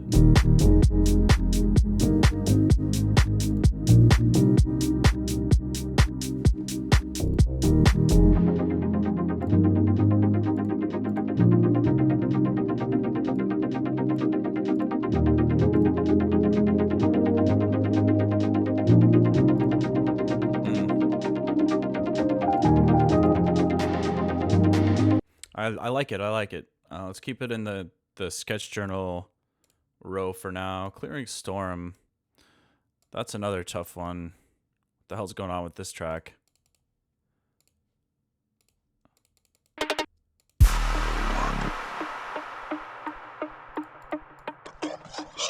I think we successfully kind of rearranged everything from the Lost Project file.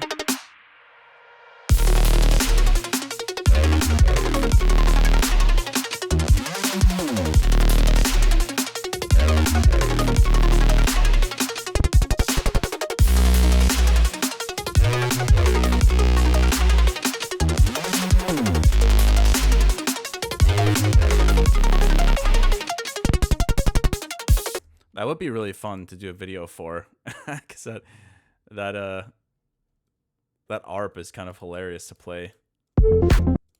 Oh yeah, this is the one with George.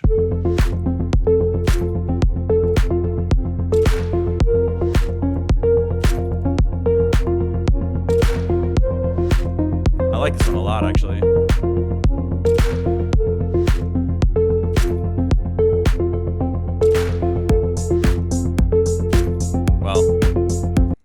Just the vibe is cool. All right. See, look at this. What are we? What is the count now? How many are we at?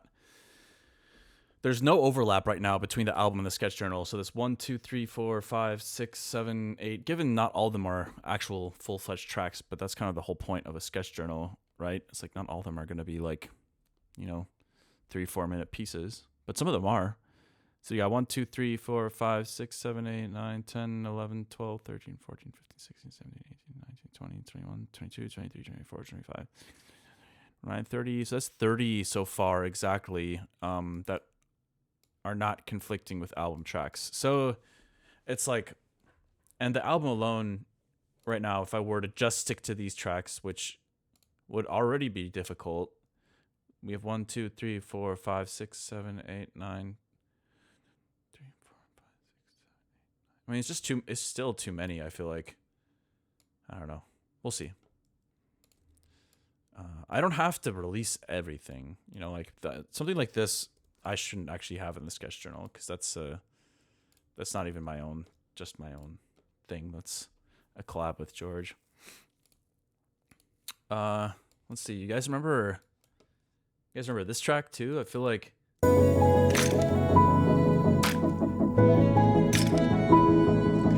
I started losing excitement for this.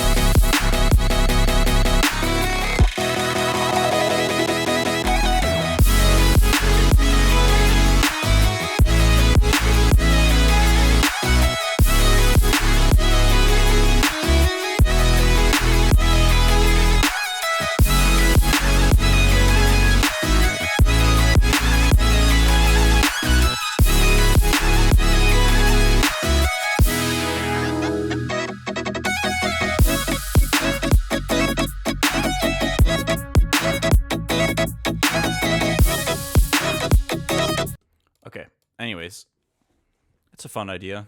I'm just adding more tracks here that are also sketch journal entries. Ooh, this was the drum and bass idea, I think.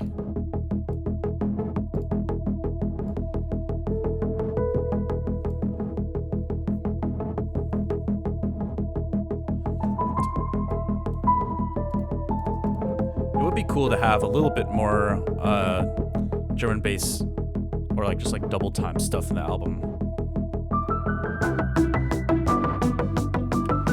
I already have at least one that fits that category.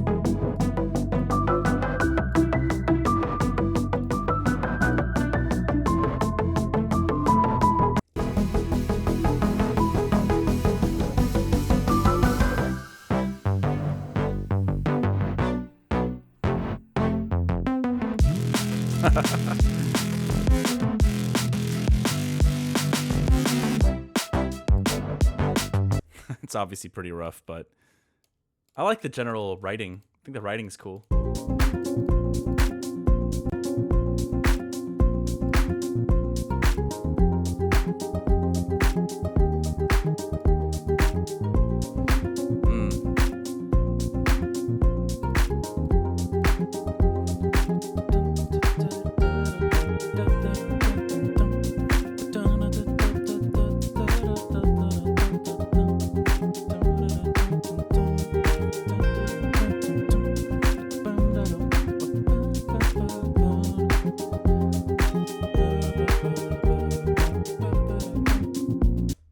That was a fun little idea as well.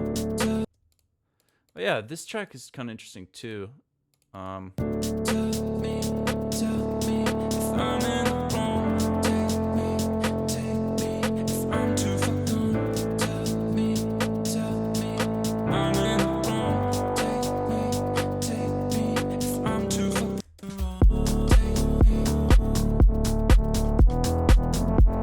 Not really much going on, but I like the vocal.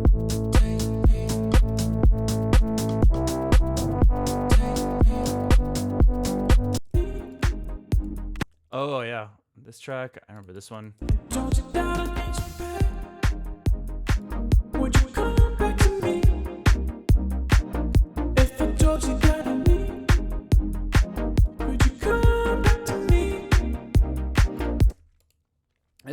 It's got a cool feeling, very uplifting, a little romantic too.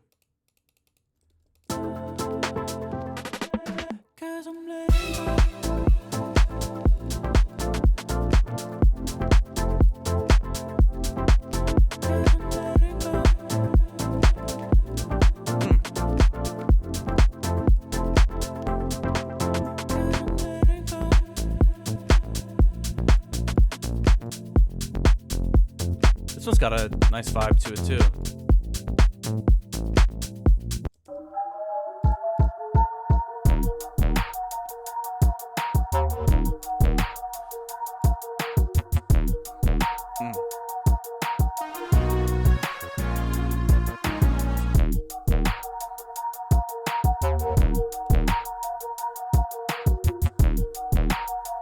That one's pretty sick too. Not much to it, but I like it.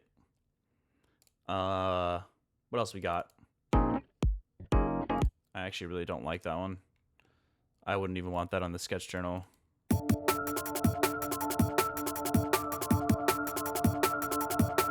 This one's kind of cool, I think.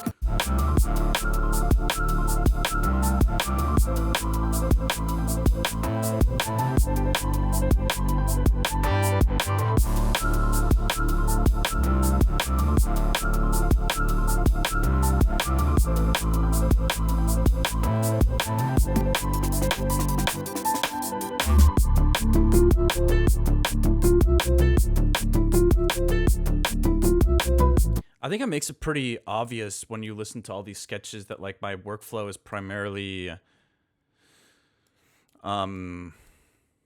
it's composition first, really. My mixes are all super kind of think that with the sketches, a lot of them are very plain. It's very much like melodic and harmony and rhythm driven, not really sound design driven, which is interesting. Not really saying that's a good or bad thing.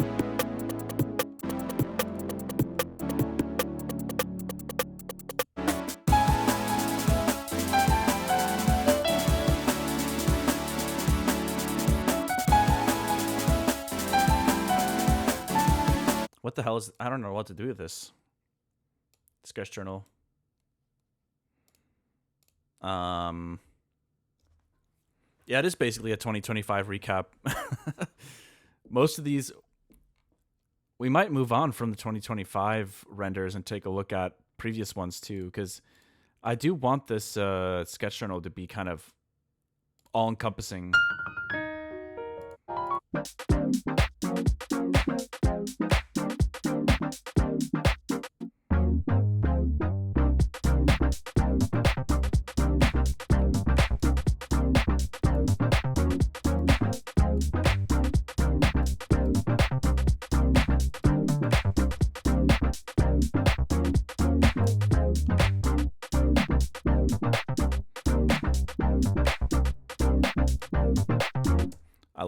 I like it.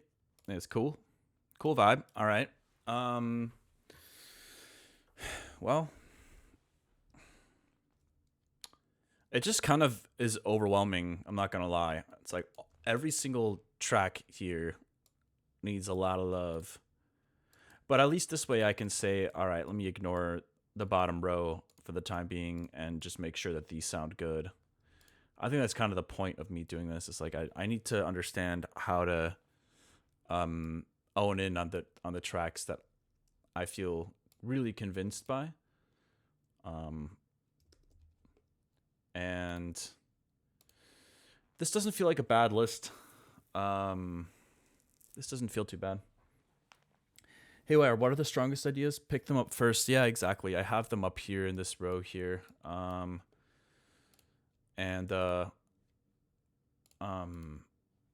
But part of me feels like maybe some of this is a little bit too familiar for Haywyre fans. It's I think I need to maybe switch it up a little bit more. Like a lot of the stuff isn't really that. It doesn't feel like it's exploring too much new stuff. Like there's stuff like Keep It Moving, which is just kind of like old glitch hop kind of stuff.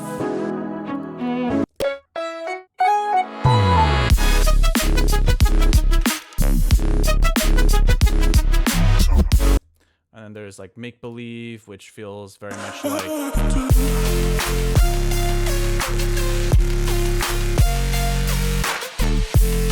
that feels kind of like, I don't know, Never Count on Me-ish. And then there's like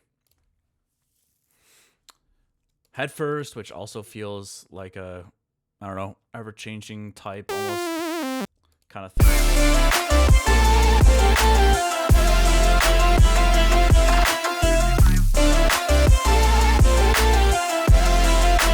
I feel like Palette Cleanser, which is going to be kind of like an interlude track. This one has one of the more different vibes.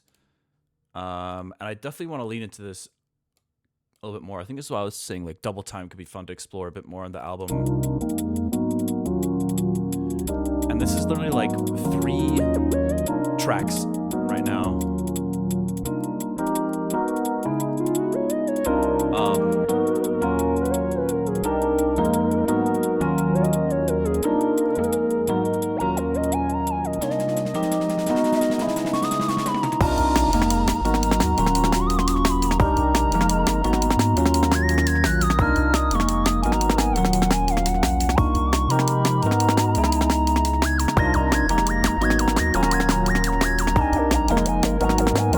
This was so much fun to jam out, by the way. It really brought me a lot of happiness to sketch this. But yeah, it's an interesting vibe for sure.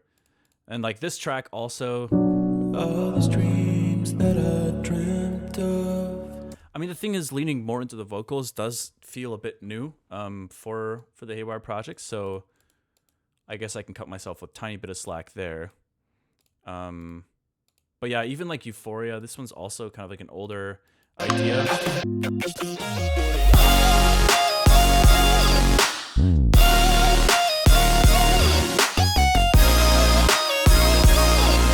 Little hip hop interlude.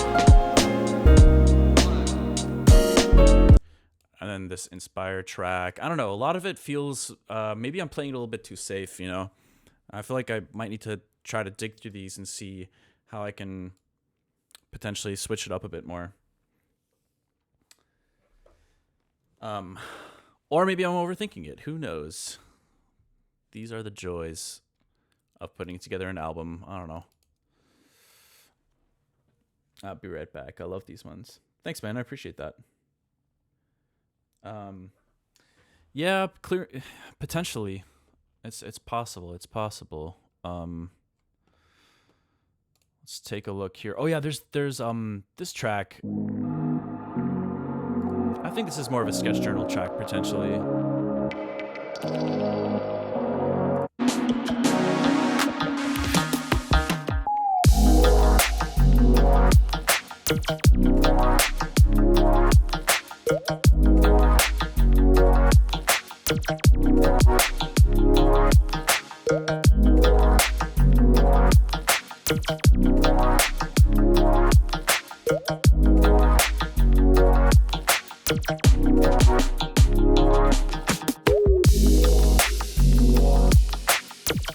Definitely got like a chill, laid back. Also, it's kind of like an ever changing type of thing. But the thing is, I want a clean slate. I feel like that's my biggest one of my biggest goals for 2026. I want to get all this fucking just get it out. Just get all this shit out. And I want to be able to not have any ideas lingering over me. That would be an amazing feeling, as to be like, yes, I have all this shit that's been sitting on my hard drive for years is out. That I gotta lock in, make that happen. There's also piano pieces. This is just an absurdly weird improv, which maybe doesn't even deserve to get released. Oh,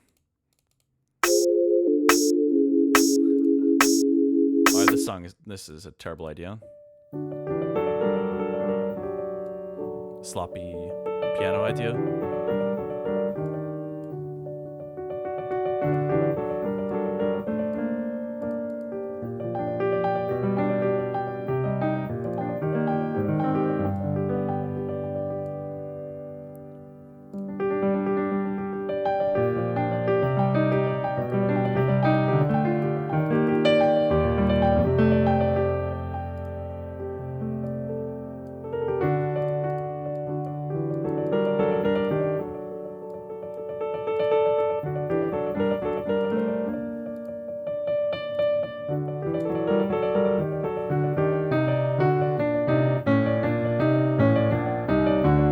I mean, a lot of my piano pieces just start off as improvs, and it feels natural. I guess anything starts as an improv, really, when you think about it. You gotta start somewhere. But yeah, it's obviously very unrefined, I guess, is the reason I'm bringing that up. What is this? What is this idea? Oh yeah, this thing is kind of whatever. I remember this now. Actually, wait, this idea is cool. I remember this track. Could be a fun, jazzy kind of idea.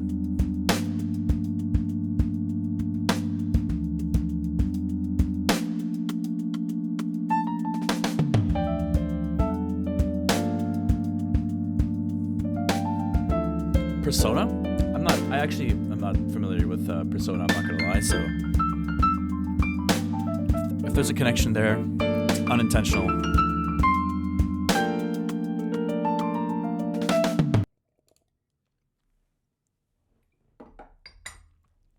else we got here? Sorry, y'all. I know this is not the most exciting way to spend my time on stream, but I don't even think about it. I just want to really want to focus on the right material, though, is my thing. So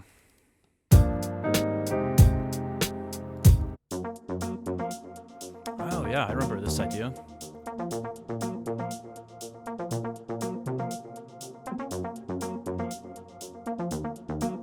That's kind of cool. Got a nice vibe.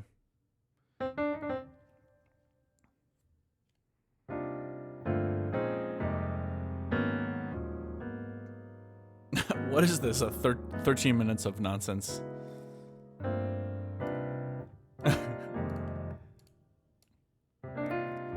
Why did I render this?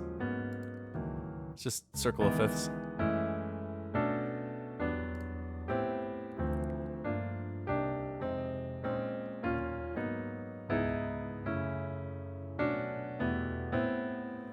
Oh, I skipped it because for a particular reason. It's because I don't really want to prioritize.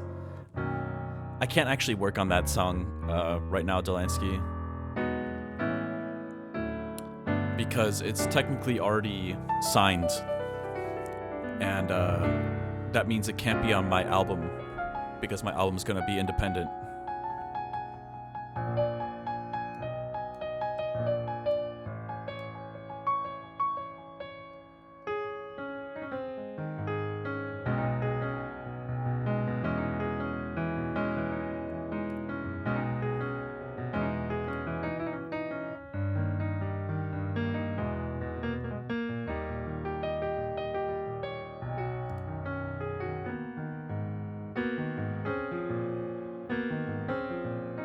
I definitely think leaning more into. I think part of the reason why I feel the album is maybe a bit safe right now is because there's something about playing piano that brings out it brings out qualities in that I don't hear in my music that I produce, and I think some of it is maybe the fact that I've got you got so much control. It kind of simplifies the parameters, right? You just have the notes that are sitting in front of you. Fuck me. I'm bleeding on my keyboard again. Whoops. But what was I saying? Yeah, it kind of like simplifies and defines like your parameters a bit more. And I feel like I can hear my brain kind of doing things that I wouldn't do if I was producing, I guess. So I kind of want to add more of that energy into the album somehow. That's why I feel like everything is feeling a bit safe right now. It's like these are all pretty good tracks right now, but I want them to feel more a little more spontaneous, a little bit less arranged, a little bit of randomness. I don't know if you guys, some of you listen to metal, I'm sure. I don't really listen to too much these days, but there is a group called Veil of Maya. They have this album. Oh my God, what is it called? What is this album called? Veil of Maya.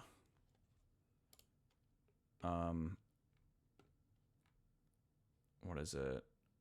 Yeah, The Common Man's Collapse. This album is so fucking cool. I love this album so much. But anyways, there's something interesting when you're listening to this. A lot of I don't know exactly what kind of genre this is. Like it might be kind of genty. I don't know, but you're familiar with Veil of Maya? Nice. It's Delansky. You might be right. Maybe just more piano would be helpful, but it's pretty sick. It feels a little bit ADD at times because things are like switching up on you like very quickly. But I find that really exciting. I think it's awesome to hear a track suddenly like, whoa, within like a half a second, you're in a different BPM, totally different rhythm. Like there's just like this random shit happening and it catches you off guard, and I feel like that makes it super interesting to me. I feel like I need to do a little bit more stuff like that in the album, for me to be a bit happier with it. Anyways, old version of the track with Molly Moore.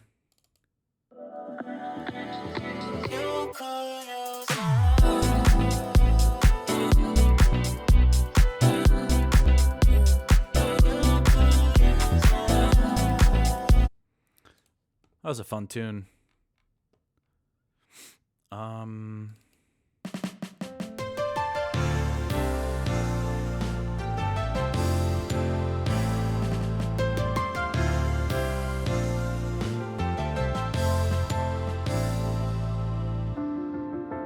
This was an old intro, I think, for Head First. I think you did this to yourself. Did this to yourself. Oh yeah, I like this idea enough to like want to throw it in the sketch journal.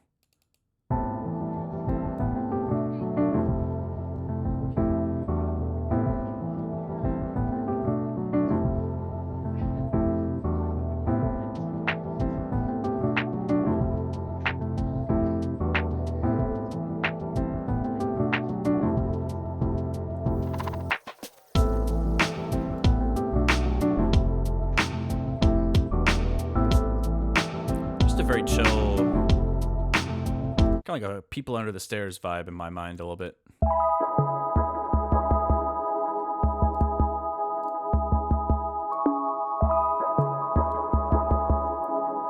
Oh, this is a weird track too.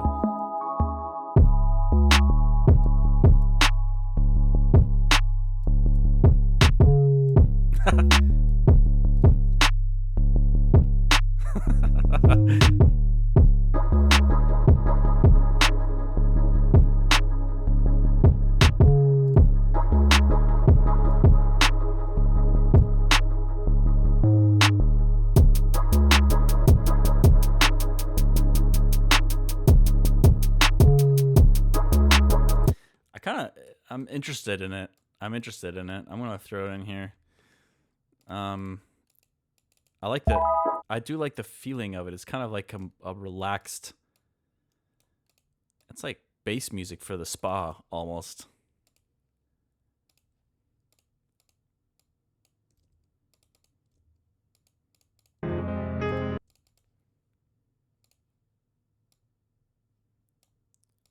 Space music.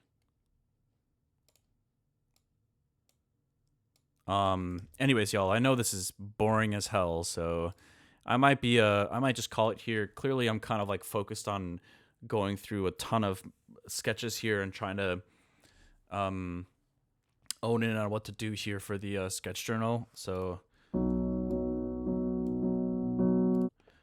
actually, I need another arrangement thing here for non-sketch journal, non-album stuff that I just don't know what to do with.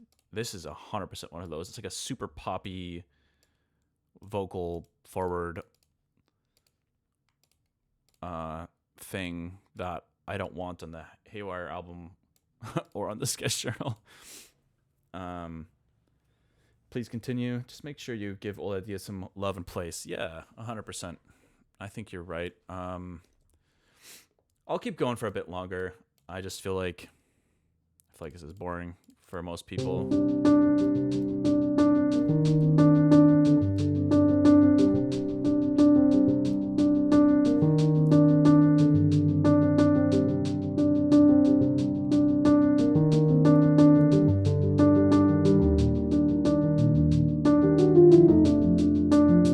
I like that chromatic run there.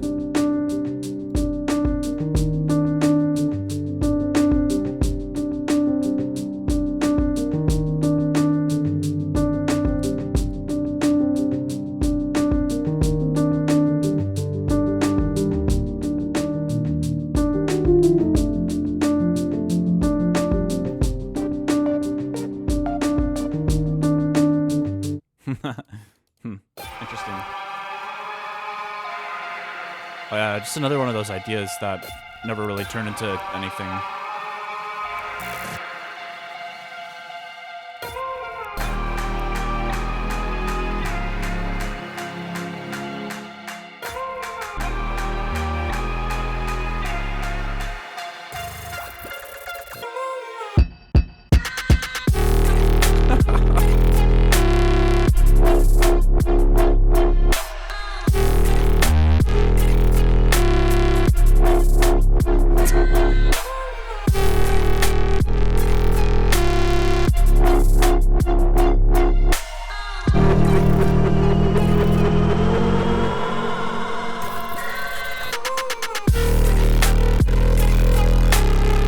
Okay, obviously,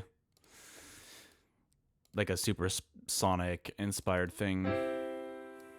Tried on so many faces.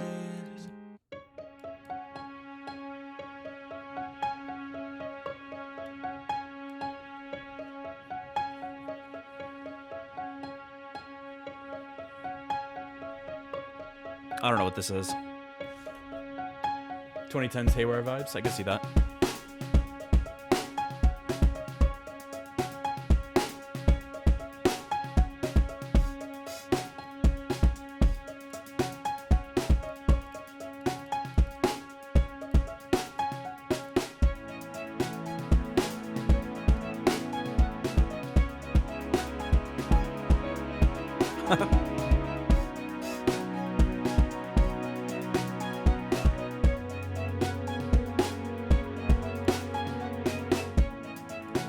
I do really like songs that have these little kind of pentatonic riffs that keep you guessing for a little bit before you hear the chord progression.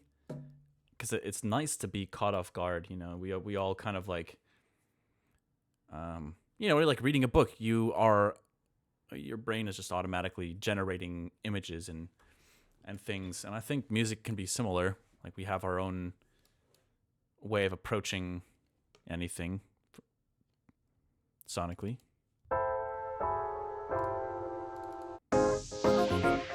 So I feel like we kind of project that, and then you get kind of surprised when you're like, oh, actually, this is different than what I would have done. This is like a little, kind of a funky idea. It's a good inclusion, I think, for the Sketch Journal album idea.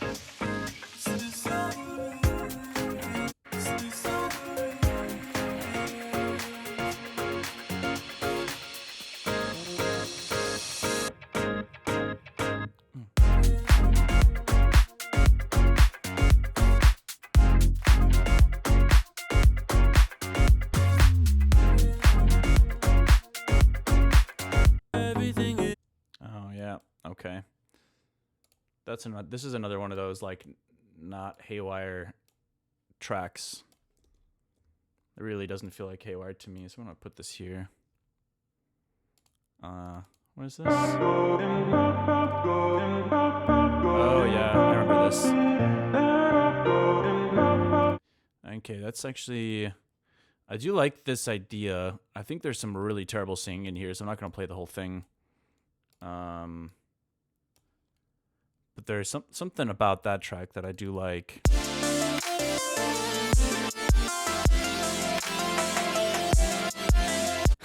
It's a terrible quick sketch of, I think this is the first attempt at sketching headfirst. It was just the melody. I was in another project file. I had to render it out real quick before I forgot it.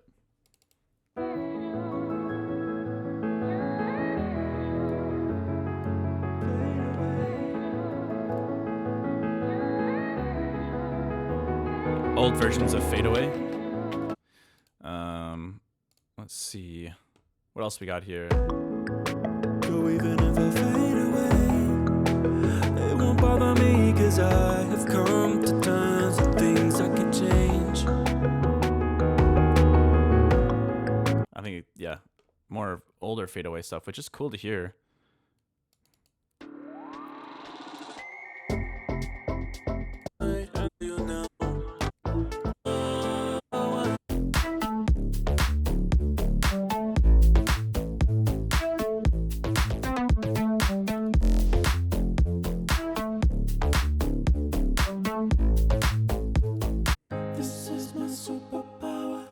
Okay.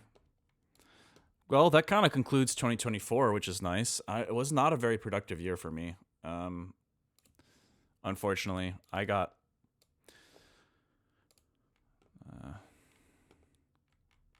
yeah, 2023 was a rough one too. Wow, that's insane. How much less I was sketching. But 2023 was a pretty intense year. I mean, I did get like Chromatically out, and I got White Lie finished and some other music on the way, but yeah, that's also when I got my house and my fiance and I moved in together, and it was just it was an intense year. And I didn't really have a studio space for a while.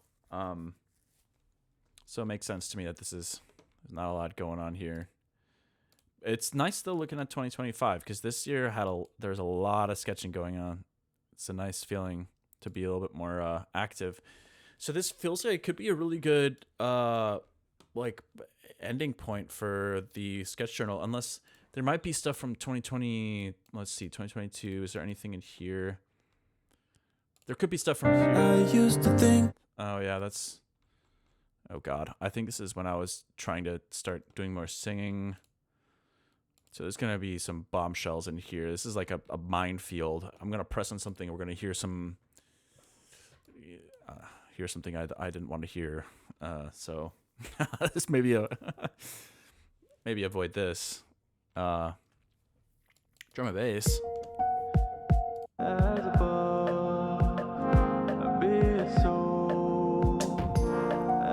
Okay, actually, wait. This could be a fun idea though. Maybe sketch journal. I don't know. I just like the vibe.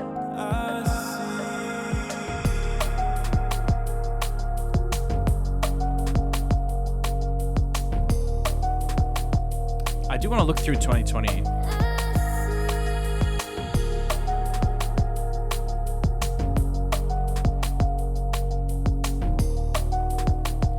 It's like really moody.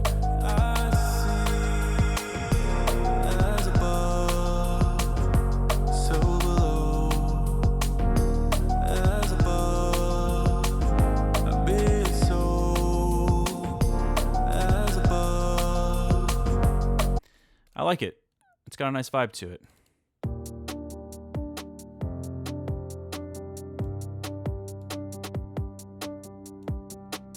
Oh yeah, I remember this. My idea for this track was to try to make something where I record a piano improv at a certain BPM, and then I would have a drum rack that was entirely improvised drumming.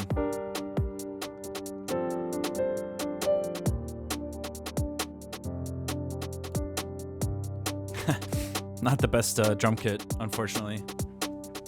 But it's a cool idea, I think, for like an interlude type thing.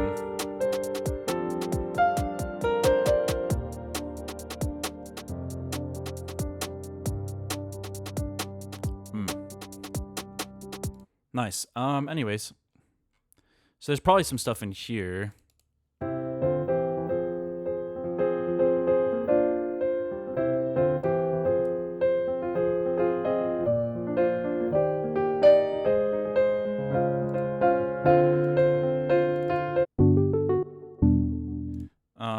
Maybe 2021 has some interesting stuff as well.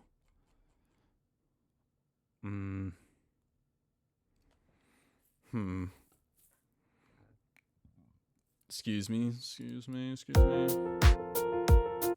Maybe not. I don't know.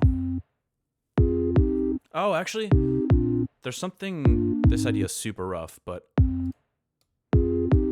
I like the idea.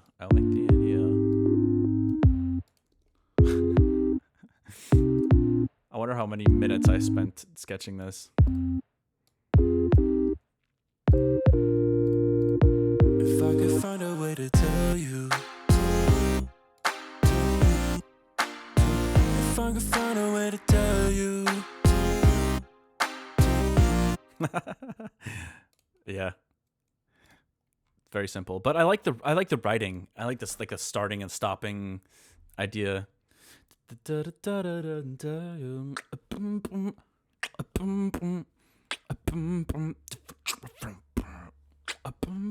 I think just with good production, it could be pretty cool. Oh yeah, back in 2021, we were doing a break-in. George and I were doing production challenges with some friends.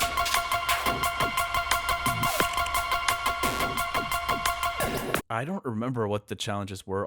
Sometimes it was like certain samples should be used or something. I remember this one was terrible.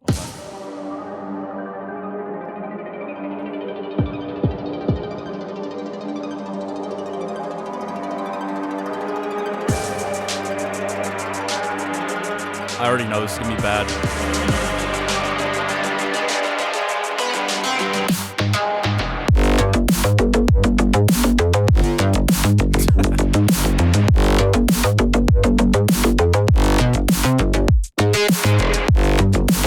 Oh god, that snare.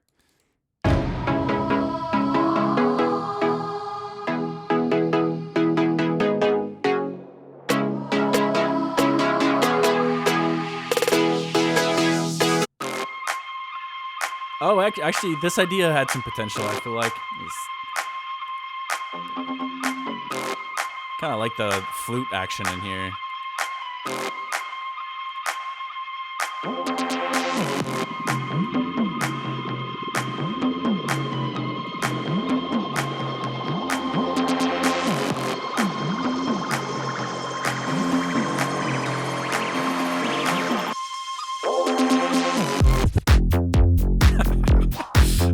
Okay, it sounds so goofy.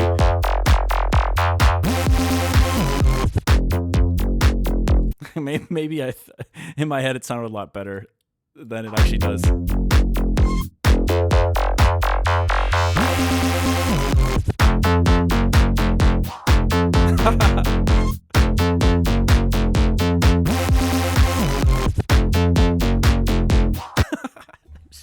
Okay, that's pretty bad.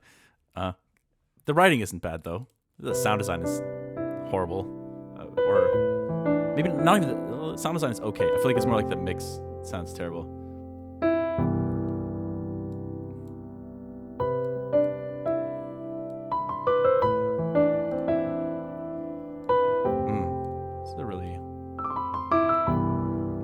It's just a really emotional little piece.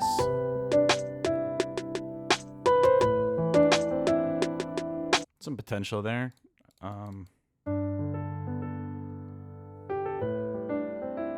of very poppy writing here for some reason.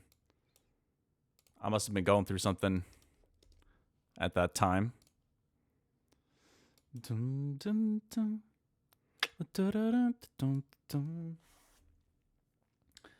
Could be turned into some Knock 2 Eliminate House. Yeah, I could see that.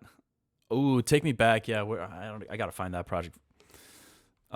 That's one that I have to remake from scratch because I have no clue where that project file ended up.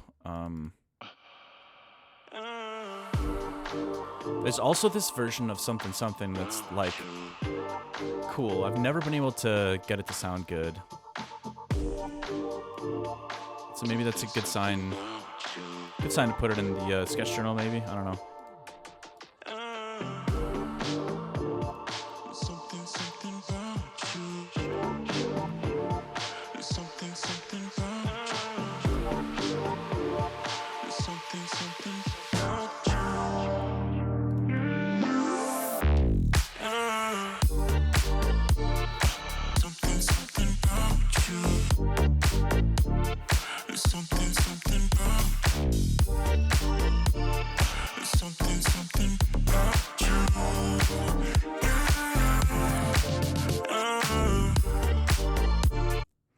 It's got an interesting vibe to it.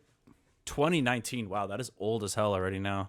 I remember writing that and I was like, oh, this is fucking sick. And then, I don't know, I just struggled to get the production to sound right.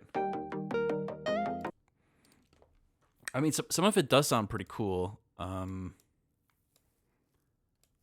But yeah, I can tell why I never released or created a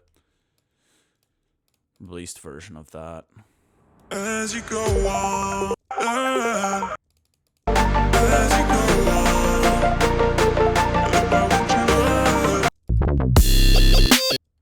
Oh god, more really rough stuff. Well, I think this might be the first version of Forgery here. Holy, that's crazy. Anyways, it's pretty obvious I've got a ton of stuff that is going to have to get. This is stupid.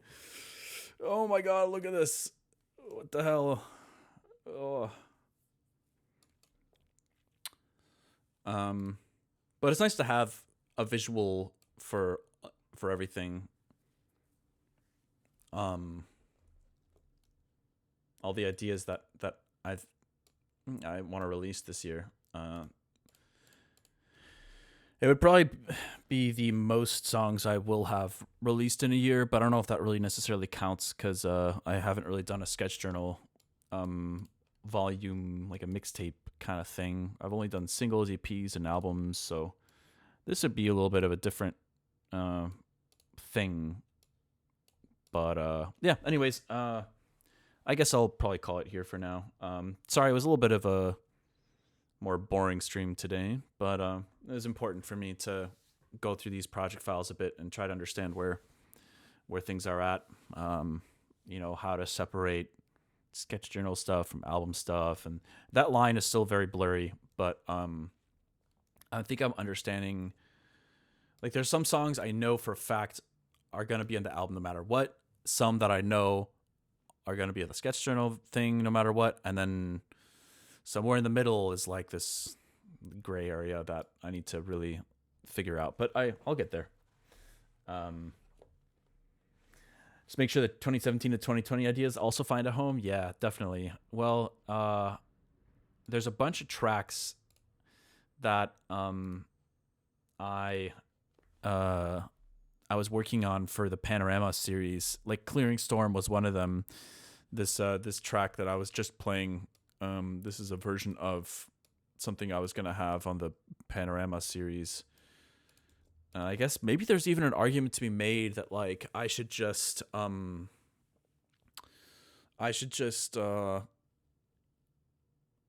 experiment with the tracks that were intended for that series and just try to like actually finish it with them instead of having them on the sketch journal. I don't know. In my mind, I kind of, it probably wasn't the right move to just pretend like the project was done and then just not worry about it anymore. It's definitely my like insecurities telling me like, yeah, fuck it. People weren't enjoying it, so why bother with it?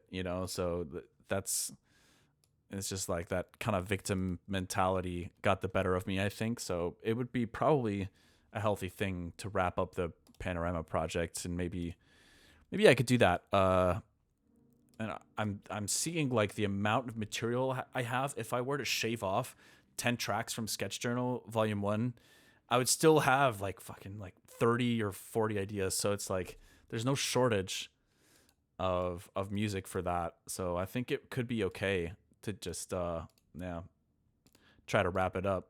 And I think it would probably be the more like the right thing to do. I don't want to be starting projects and not finishing them. So yeah, something to think about. Martin, you need the hype man next to you. You guys are my hype team. I don't see you guys ever talking smack about me. It's crazy. But thank you. No, I appreciate it. The crazy thing is all the art for the Panorama project got finished years ago. That was done in like 2018, 19. So I mean, that's all ready to go. I just need to,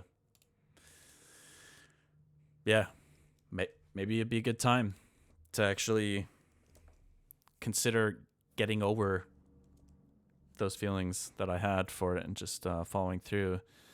So there's Panorama Discover, Panorama Form. I'm trying to remember what they were even going to be called. Maybe I could probably find like sketches, like physical sketches I made. Collaborations, exercises, sketch journal. Hold on. What happens if I search Panorama on my computer? What even comes up here? Anyways, point being, maybe this would be a good time for me to think about this. But yeah, y'all, that's gonna be it for me for today. I only hate Haywyre when he doesn't finish his tracks and doesn't release them. Listen, I know. I hate it too. I hate that. Yeah. That's me beating up my past self and current self. But no, seriously, I think that I think I'm getting closer and closer to a space where I'll be able to kind of clean my slate for 2026. I think all these ideas will get released. I feel much better about the idea of like, you know, separating things, you know, album, sketch journal, maybe even panorama as a third layer of separation. But yeah, I'm feeling pretty good. So I think it'll be a really good year. Yeah, that's it for me for today, y'all. Thanks again for the kind words, and I'll see you tomorrow if you want. Tomorrow's Feedback Friday, so if you got something to share with me, send me what you got. And I'm gonna wrap it up here. Thanks, y'all. I'll see you tomorrow if you want to come hang out. Otherwise, Sunday I'll be live again as usual. Y'all know the drill. Y'all know the schedule by now. So that's it for me for today. Peace out, gang. See you. Take care.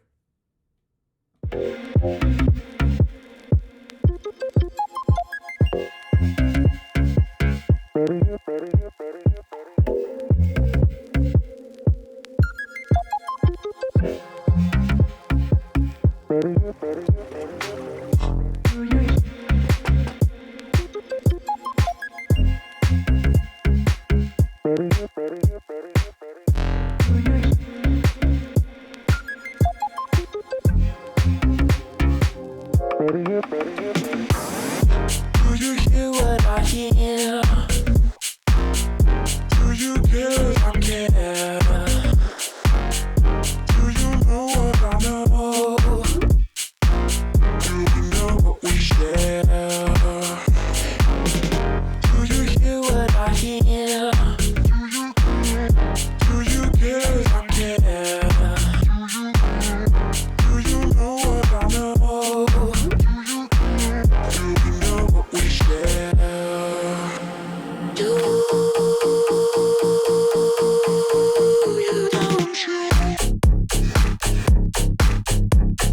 don't you? Don't you? Don't you?